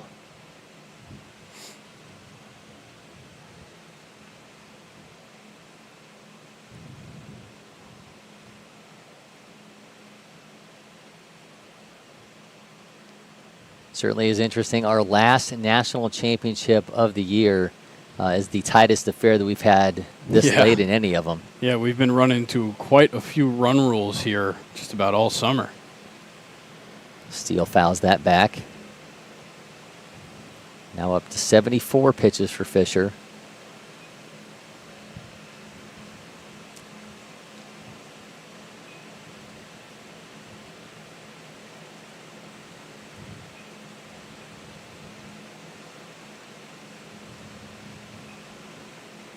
It was a 1-2. Misses high, runs it even. So again, Fisher did throw 12 pitches in the semifinal against Building Champions. So you take his 75 today already in this game and add 12 to it and gives you his real pitch count for the duration of today. Oh, out smacked. Yeah, Steele sends that into right field. Max Steele on the run. He's going to be heading into second base. Are we going to hold at third? Waving him home. The throw is going to be late, and Max Steele fired up. Man, he is through, and so is this lineup. Hitters Black got a 1-0 lead, and they needed that in the worst way, and Max Steele came through. I mean, that was so perfectly timed, and what a fantastic at-bat for Max Steele. It started off with him trying to lay down the bunt, and he just couldn't get there. He had to pull it back. He fouled 2 off, and then you find yourself in a tough spot. He fouls a couple more off, had to sit and wait for one, and then just jumps on that one at the perfect time and put it in the best spot in the park and brings around the runner for the first run of the game in the bottom of the 6th. That was impressive. We're just going right back to the bunt. The small ball doesn't go away here. You still need to move around these runners with no outs. We're back to the top of the order here with Lucas Similik. Max Steele coming through. Who else but to save the day than Max Steele? We're talking about how great of a name he's got, and the name rose to the occasion. That one's going to get popped up in the infield and maybe go to the outfield. Shortstop covering some ground, waves him off, and that's going to be the out number 1. Steele holds at second base.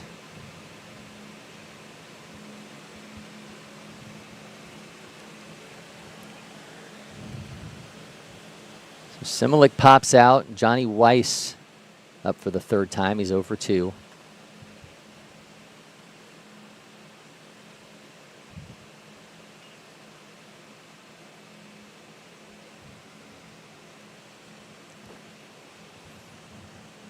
Yeah, would love to know from Max Steele's perspective how that AB went in his head. When he slammed the bat down twice on that second bunt attempt to get himself to 2 strikes, I mean, certainly it completely changes the approach to that AB for him, but I'm sure there was some serious frustrations. I wonder if he was going to be able to come through for his team. And little did he know. Yeah. He did much more than a bunt could have done for him. He's going to put down the bunt. That's a great bunt. It sure is. It's going foul. It's going foul. I just had a little too much pace on it. Good work, though. Interesting to bunt to third, but I think he was trying to pull that fielder off of third base and hope that the pitcher couldn't cover in time.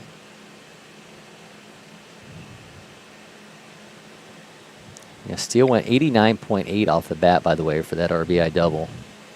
Yeah, it was a rope for sure. I almost hit hard on the 2-1 ground. rope, stopped by the first baseman, made it a lot tougher play than it could have been.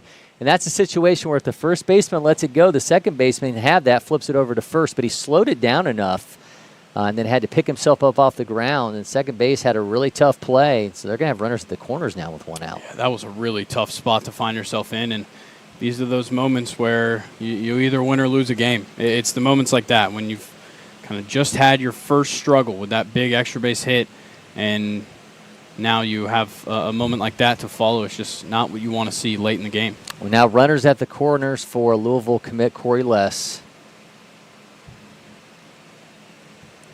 Fisher, 83 pitches, which is technically 95 on the day when you take his semifinal work.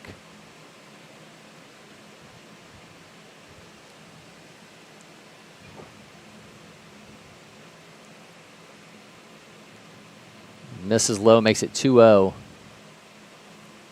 Do we see Mickey Lotus come out for the top of the 7th inning?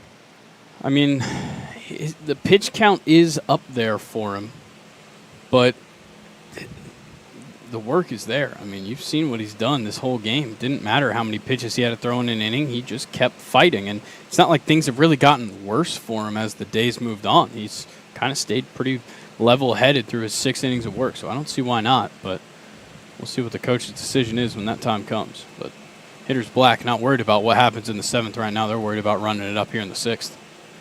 Yes, seeking some insurance right now before turning it over to whoever takes the mound for them in the top of the 7th inning as they try to finish off a 17U national championship. They are in prime position right now, leading 1-0.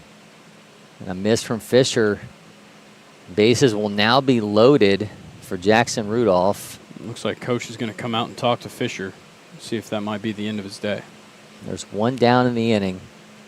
Again, 86 pitches, so 98 on the day. And that's going to do it. And that's going to do it for Damian Fisher. His day is over, but we are far from done. We'll be back to tell you about the new arm for Indiana prospects when we return from LakePoint Sports.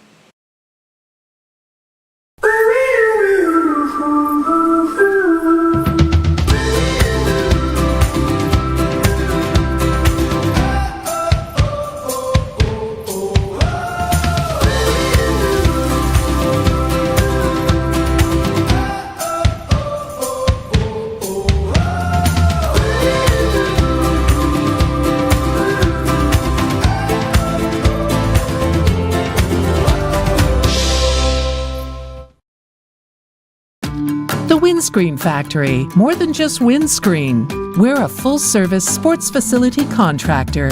We manufacture windscreen for sports and construction, do fence repair and installation, and fabricate field netting and batting cages. In addition to manufacturing the products, we also install upon request. We make safety padding for backstops, rails, and walls, as well as full-service print shop with logo, branding, and signage capabilities. Please call us for a quote today.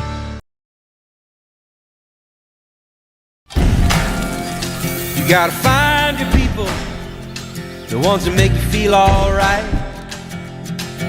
the kind you wanna stay up with all night.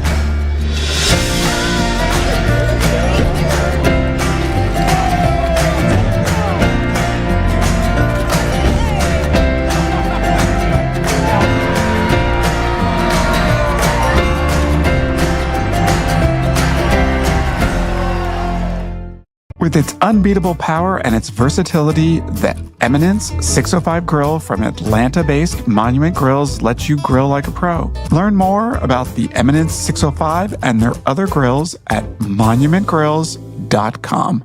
At IHG's Holiday Inn Express, you can take on Miami, Mexico City, or Minneapolis. Fuel up with free hot breakfast, all while earning points for free nights with IHG One Rewards. Guest how you guessed at IHG Hotels and Resorts. An imposing figure now on the mound for Indiana prospects. It's Drew Henderson taking over, the 6'6", 238-pounder out of Grand Junction. Fastball around 88, changeup in the 75-77 range, curveball that's at 72 to 75, and a slider in the 67 to 69 range. He's got Jackson Rudolph. The bases loaded, 1 out. Yeah, this is a huge spot right now. We're going to see what they're able to provide. Drops in a vicious breaking ball. Counts now 0-2. Of course, the first blow in this game coming off the bat of Max Steele with an RBI double here in the bottom of the 6th. Comes the 0-2 to Rudolph. Misses outside.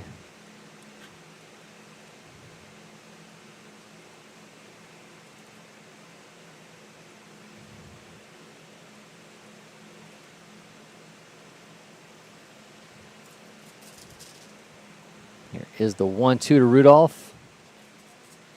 Ropes that into left field. Here comes another run. Is he going to have 2 runners taken off for home and is making it 2 runs off the bat of Jackson Rudolph? It's now 3-0 Hitters Black here in the 6th. That is absolutely clutch hitting at its finest. That is exactly what you needed right there, and that is the insurance you were looking for. 3 days ago, Drew Henderson threw 106 pitches against Ohio Hitmen, so trying to just get out of this inning, but he has already been taxed in the last few days without question on the mound.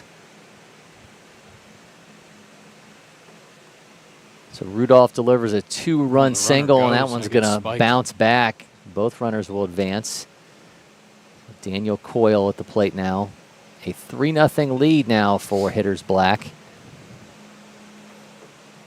So it makes you think we may actually see Mickey Lotus come back out, and he may have a leash, but it will probably be a little bit longer than it would have with a 1-0 lead, but that's now 3-zip here in the 6th. That one's just popped That one's right dropped over the down. shortstop. Here comes another run, make it 4-0. Wow. Another 2-run single off the bat of Coyle. Back-to-back 2-run singles have given Hitters Black a comfortable lead here in the bottom of the 6th. Went from a scoreless game going into this inning to now a 5-0 lead for Hitters Black. And that's just outstanding stuff right here. Like, we could not have asked more from this part of the lineup in this spot in this game. To jump out like this is amazing. Now Dudrozic. That's just not fair to put D-R-E-W with D-R-Z. Similar sounding. Yeah. Drew Drozonic. Drew Drozonic.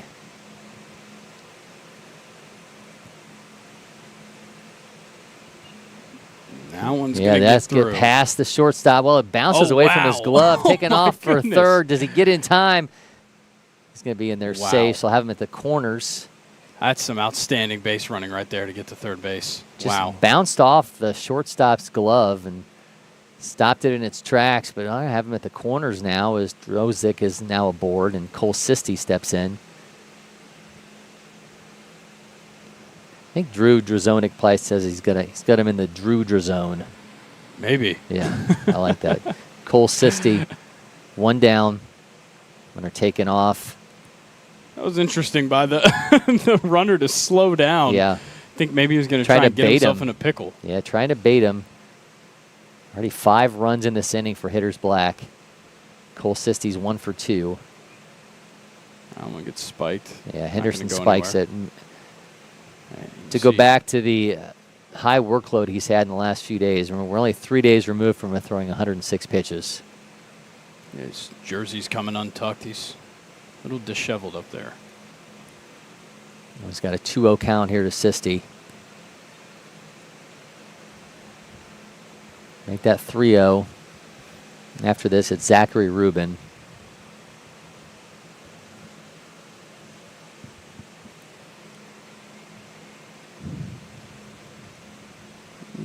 Catch the strike. Hitters Black just exuding confidence now. It was like everything felt kind of timid offensively throughout this game, and now just so much confidence on Hitters' side, and kind of seeing Indiana prospects just have a couple of small miscues in this inning that have made things a little tougher on themselves. So a 1-out walk to Rubin, to Sisti. Now here comes Zachary Rubin. If Rubin gets aboard, or does not hit into a double play, then we're going to see Jake Newman will have hit around in this inning. It's just incredible after what we had seen offensively prior. Rubin's 1 for 2, 8 hits now for Hitters Black. They lead 5-0 here in the bottom of the 6th inning.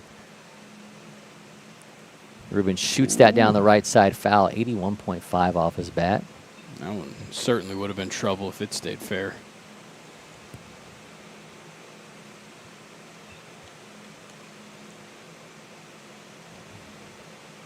Pressure will be on Indiana prospects' bats.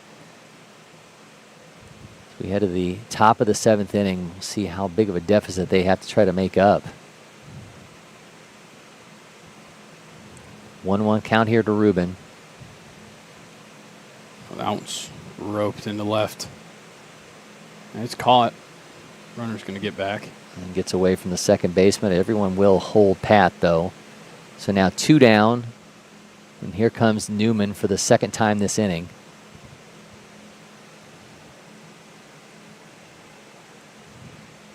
Yeah, after how this game has gone, I never would have guessed we would have batted through the lineup in an inning. Newman led off the inning with a single, then Lucas Simolik. We saw Max steal double, It kind of bounces it around. It looked like it went Newman. Then they had a fly out in the middle there. I think the scoring might have gotten a little messed up. But we saw Newman lead off with a single, and then Max Steele follow with that RBI double before Simolik flied out for the first out of the inning.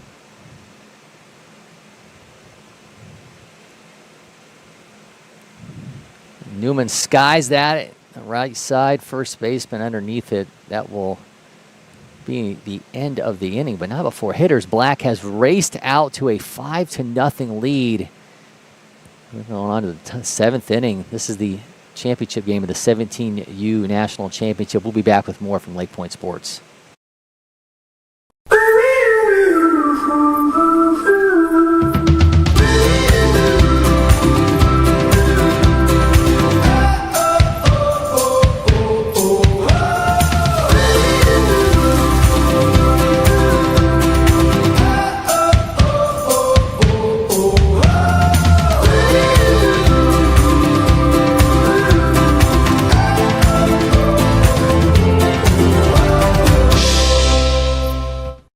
First one I picked up, I just liked it the best. And like I said, I tried a lot of different companies, a lot of different models, and I fell in love with Old Hickory for sure.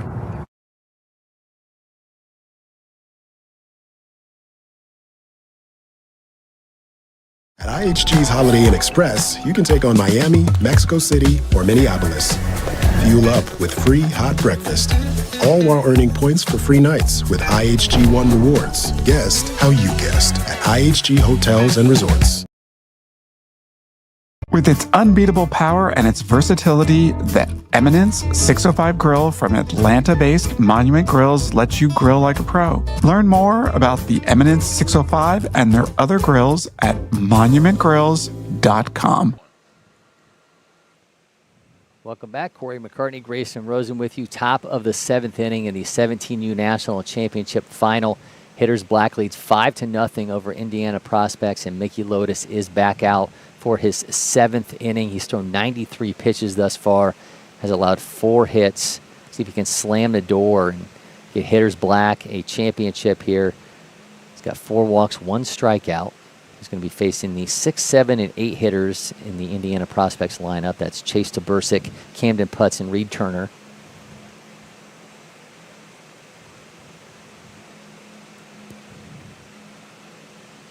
And out of nowhere, 5-0 lead for Hitters Black in a game that was scoreless going into the bottom of the 6th inning. Yeah, you just never could have guessed that is where this game was heading, but what an inning from Hitters Black. They were patient this entire time. They dealt with Fisher having an outstanding showing for his first 5 innings of work, and then comes out for the 6th, and they just kind of had his number from the jump. Yeah, and I don't think enough can be said again about the work that they've seen from Lotus, because he allowed base runners in each of the first 4 innings to lead off each of those frames, and his defense behind him and his continued excellence on the mound stopped Indiana Prospects from cashing in to the point where they now have a 5-0 lead here and are 3 outs away from a national championship. 1-2 count here to Tabursic, fouls that back. And we'll see if Lotus can just keep doing exactly what he's done this entire game, which is just pitch with confidence. It's been the biggest thing he's done. I mean, he hasn't necessarily had crazy strikeout numbers. He's only had 1 strikeout, and he's issued a couple of walks. And, things have looked shaky, but it never felt like there was much of a threat at any time while Lotus has been on the mound.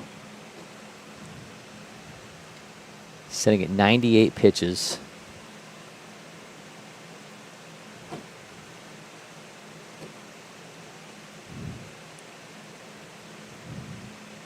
Comes the 1-2.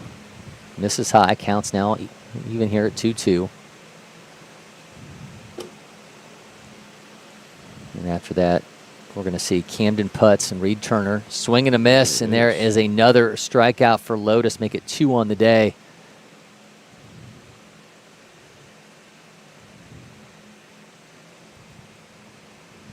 Camden Putt steps in with one down.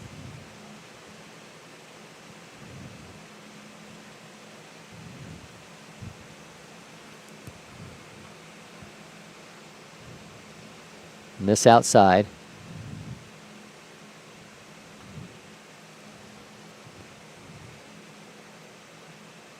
Drops that in for a strike, counts even.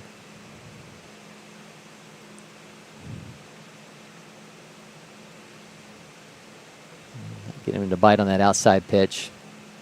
Would love to know the story behind Lotus's stirrups. You just never see that anymore, and they're not the socks with the stirrups as part of them. Those are legit stirrups. Ooh, that one's going to drop opposite field. All right, so Putz drops that in for the 5th hit for Indiana Prospect, so he's aboard with one out. Now here comes Reed Turner, number 8 hitter, shortstop. You get a courtesy runner.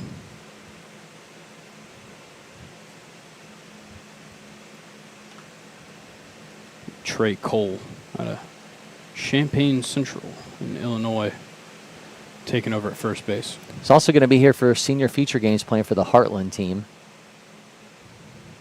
Well, I guess it's not that he's going to be here; it's that he is here. Well, he is here. Yeah. He's playing tonight. That's right. Maybe that's why he's just courtesy Could be runner. why he's just out here running for the guys. Yeah, Gets up to 92 on the mound. Whew. He's 34th ranked right-handed pitcher in Illinois. Comes in as a courtesy runner with one down. And they're already putting the pressure on him over there at first with the back pick. That's right.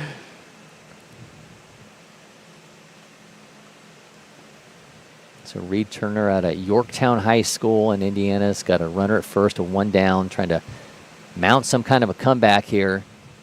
Makes it 1-2. You're going to see if Lotus wants to keep the strikeout stuff rolling, or maybe this hitter's black team has a little bit more defensive magic for us. Turner puts a 1-2 in play. That's going foul.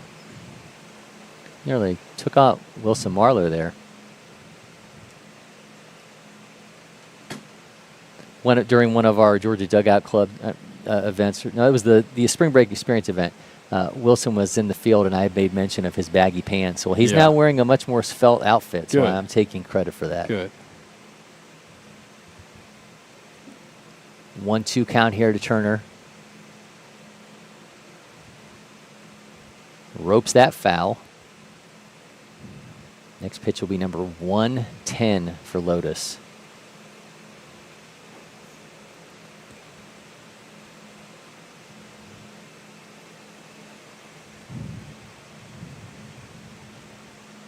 Ooh, just misses. Real close up there. Let's see what Lotus has got.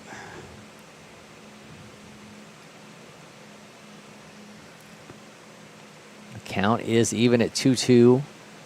Weak that pop-up. one is skied. Shortstop has it right behind the mound. Out number 2. Hitters black, 1 out away from being crowned 17U national champions. Logan Green will step in for Indiana Prospects. Coach is going to come out there and talk to him. It's such a hard thing to say that he should pull him. He's thrown 111 pitches. And they are going to pull him. All right, with 2 down and after 111 pitches, Mickey Lotus's day is over. There will be a new pitcher for Hitters Black. When we come back, you're watching the 17U National Championship Final from LakePoint Sports. Hot summer days call for cool adventures in Cartersville, Museum City. Beat the heat indoors with jaw-dropping exhibits at TELUS Science Museum and the Savoy Automobile Museum. Hit the water at Terminus Wake Park, kayak the Etowah River, or head to Lake Allatoona for fishing, boating, and unbeatable lake days. When the sun sets, head downtown for live music, delicious eats, and local flavors. From family fun to date nights, summer memories start here. Plan your trip today at cartersvillemuseumcity.com. I was 12 years old at Cooperstown, and my mom said if I hit a home run in Cooperstown, I could get a phone. And on the final game, I hit a bomb over left field, and I got a new phone. I've never hit a home run. Up to that point, it was 14U. Really small field. I wasn't hitting anything, and I finally poked one out, barely. My first home run was 8U at Eastside. I think I was on the worst team in the whole league, and then hit the home run, and we kind of turned the season around. At IHG's Holiday Inn Express, you can take on Miami, Mexico City, or Minneapolis. Fuel up with free hot breakfast, all while earning points for free nights with IHG One Rewards. Guest how you guessed at IHG Hotels and Resorts. Welcome back. Cory, McCartney, Grayson, Rosen with you. 2 down here in the inning. Hitters black trying to finish off a 17U national championship. Jacob Cardelis will be the new pitcher out of Muskego, Wisconsin. A fastball on 83, curveball 62 to 69, a changeup 65 to 68. He needs just 1 out to secure this title for Hitters Black. He's going to be facing Logan Green, the 9th batter in the order for Indiana Prospects. Nicky Lotus threw 111 pitches. Wow. He's certainly made his mark on this game, keeping them scoreless. Misses outside.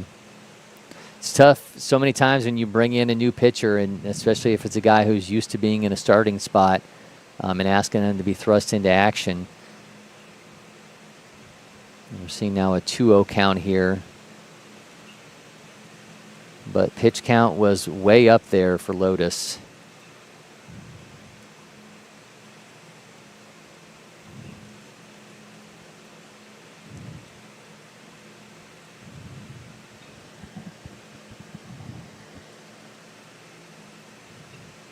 Two days ago, Cardelis threw 69 pitches against Clutch Baseball. And he pitched 2 days before that, throwing 23. So his 3rd time pitching here in this tournament, trying to secure a national championship.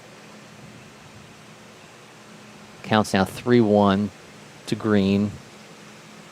After this, it would be John Rosell and then Briar Goda in the top of the order looming.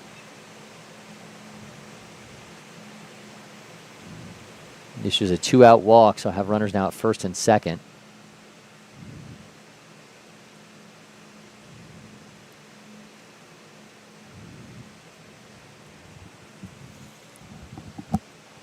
So Rosell steps in with 2 aboard and 2 out.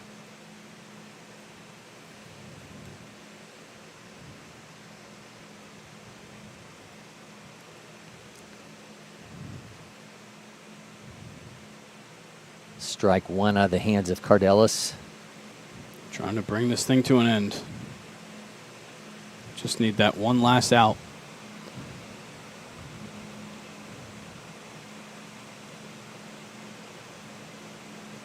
One is driven foul. Now down to their last strike. Yeah, Cardelis has the chance to end this one with a punch out. Something we haven't seen very much in this game. Just 3 strikeouts across both teams.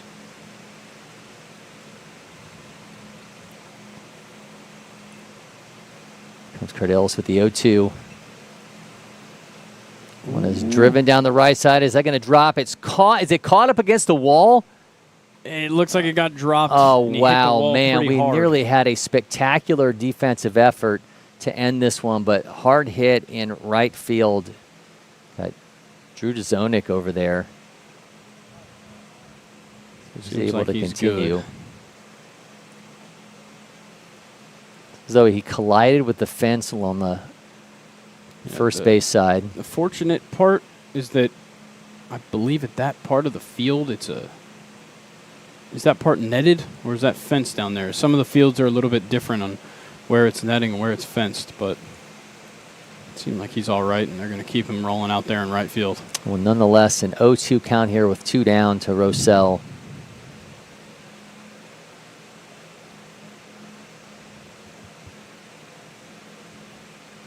Ooh, almost went for it. I don't think they're going to say he did, though.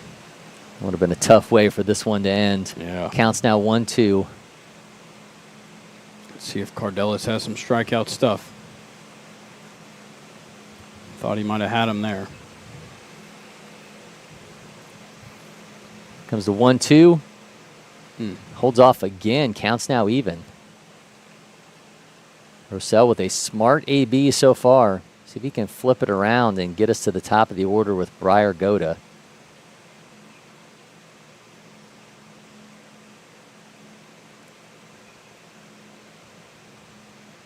Swing, a miss. Cardelis gets the inning-ending strikeout, and the dog pile celebration is going to be on.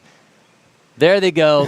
Now here comes the dog pile. Hitters Black, our 17U national champions. What a great moment for them, and what an unexpected turn. We had a pitcher's duel going into the bottom of the 6th inning, and Hitters Black just opened it up. Max Steele's bat providing the first moment with an RBI double. Then we had back-to-back 2-run singles as they were able to extend this to 5-0 and then hold on.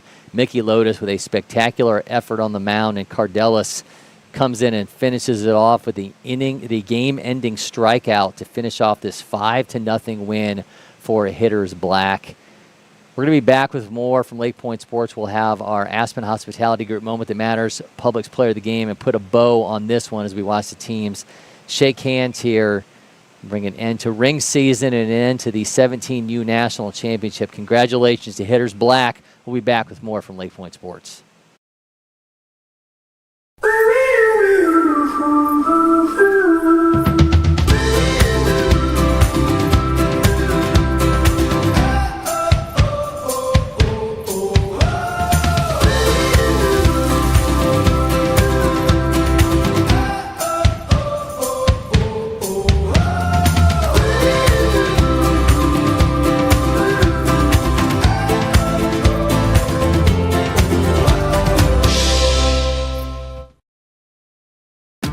The Windscreen Factory, more than just windscreen.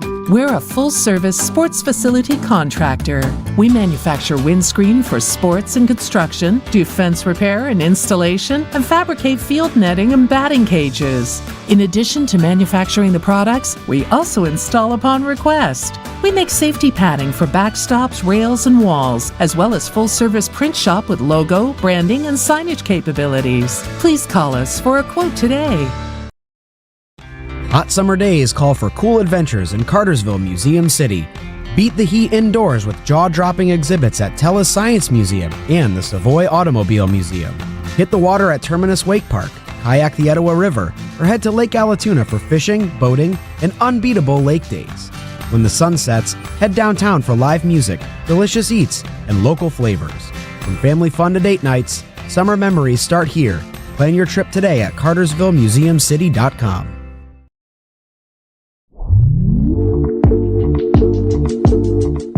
Babe Ruth,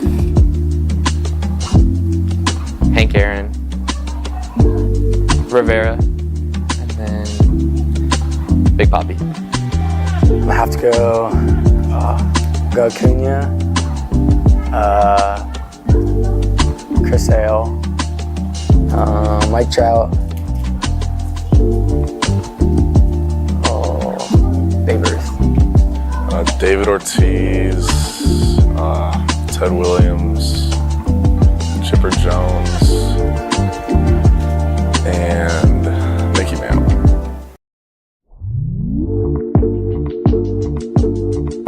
Football and probably okay. I'd be the best golf player to ever live. I'd probably play football, tight end, or I'd be the best Clash Royale player.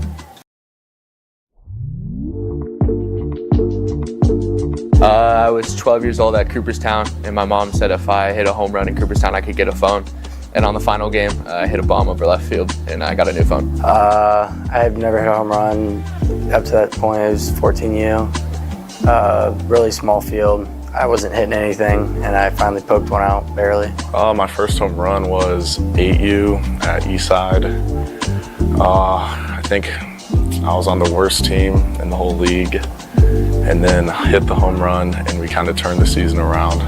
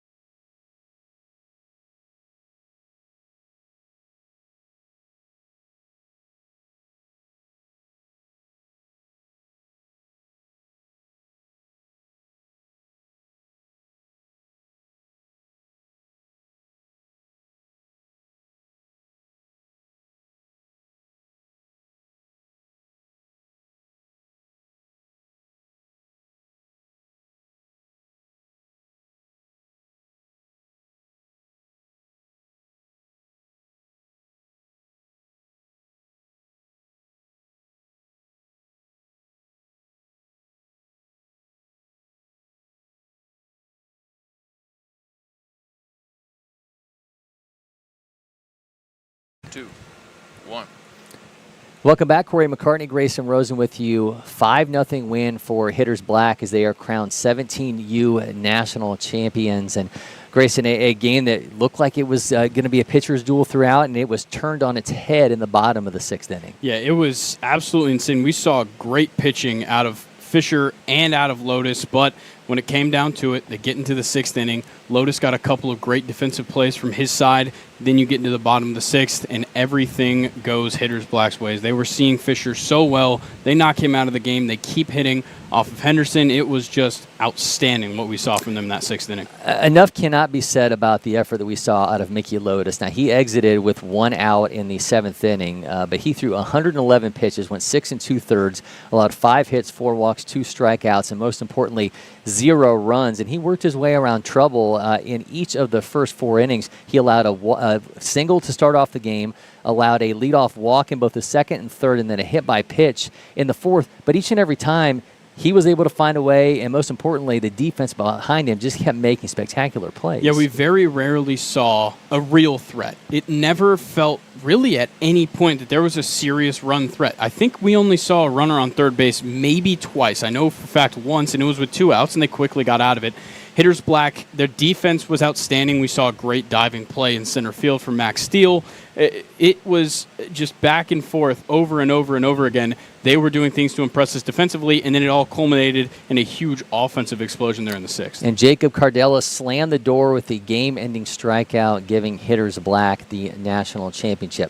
Let's move on to our Aspen Hospitality Group, Moments That Matter. We've got 3 of you here.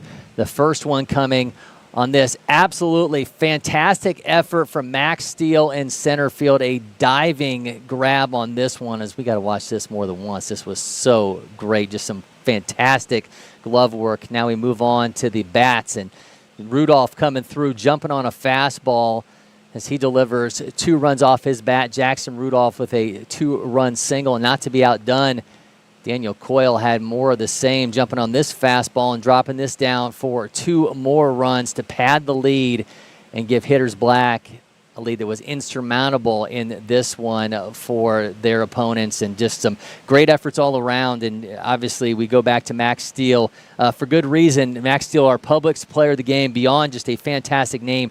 Not only did he make that great catch in center field, but also just had a really heady AB in the bottom of the 6th, and then it got something going for Hitters Black, delivering a RBI double. Yeah, that at bat in particular was unreal, but it's coming off of that diving play we just saw. So in the top of the 6th, he gets that diving play, gets them to 2 outs, they get out of the inning. Then he comes up, first time in a while they had seen that leadoff hit, and he's sitting there trying to bunt, trying to play some small ball and move him around because they just need a run in general. It's still a 0-0 ball game. He tries to bunt. He fouls it off twice. He pulls one back. Then it's like, okay, we got to get back in it. He fouls off a couple more pitches, gets deep into this at-bat, and then just hits a rope. I think it was 89 miles per hour down into the right field corner, just untouchable, and gets the first extra base hit of the game for him, and a huge RBI double. Yeah, the Naperville North 2026 coming through. There was some frustration from him on that second bunt attempt. He slammed his bat down a couple times, but he was able to provide that offensive spark and key a 5-0 win for Hitters Black that made them 17U national champions. You'll want to check out our interview with Max across all of our social platforms. Again, he is our Publix player of the game. Hitters Black crowned 17U national champions, but this is just the start of an exciting week for us here on the Baseball Village. We'll have wall-to-wall coverage of the prep baseball feature games. Let's go to our broadcast schedule one more time for the feature games. We'll have a workout watch party on Wednesday, game day watch parties on Thursday, Friday, and Saturday, and the Junior Feature Games Championship game for you on Sunday.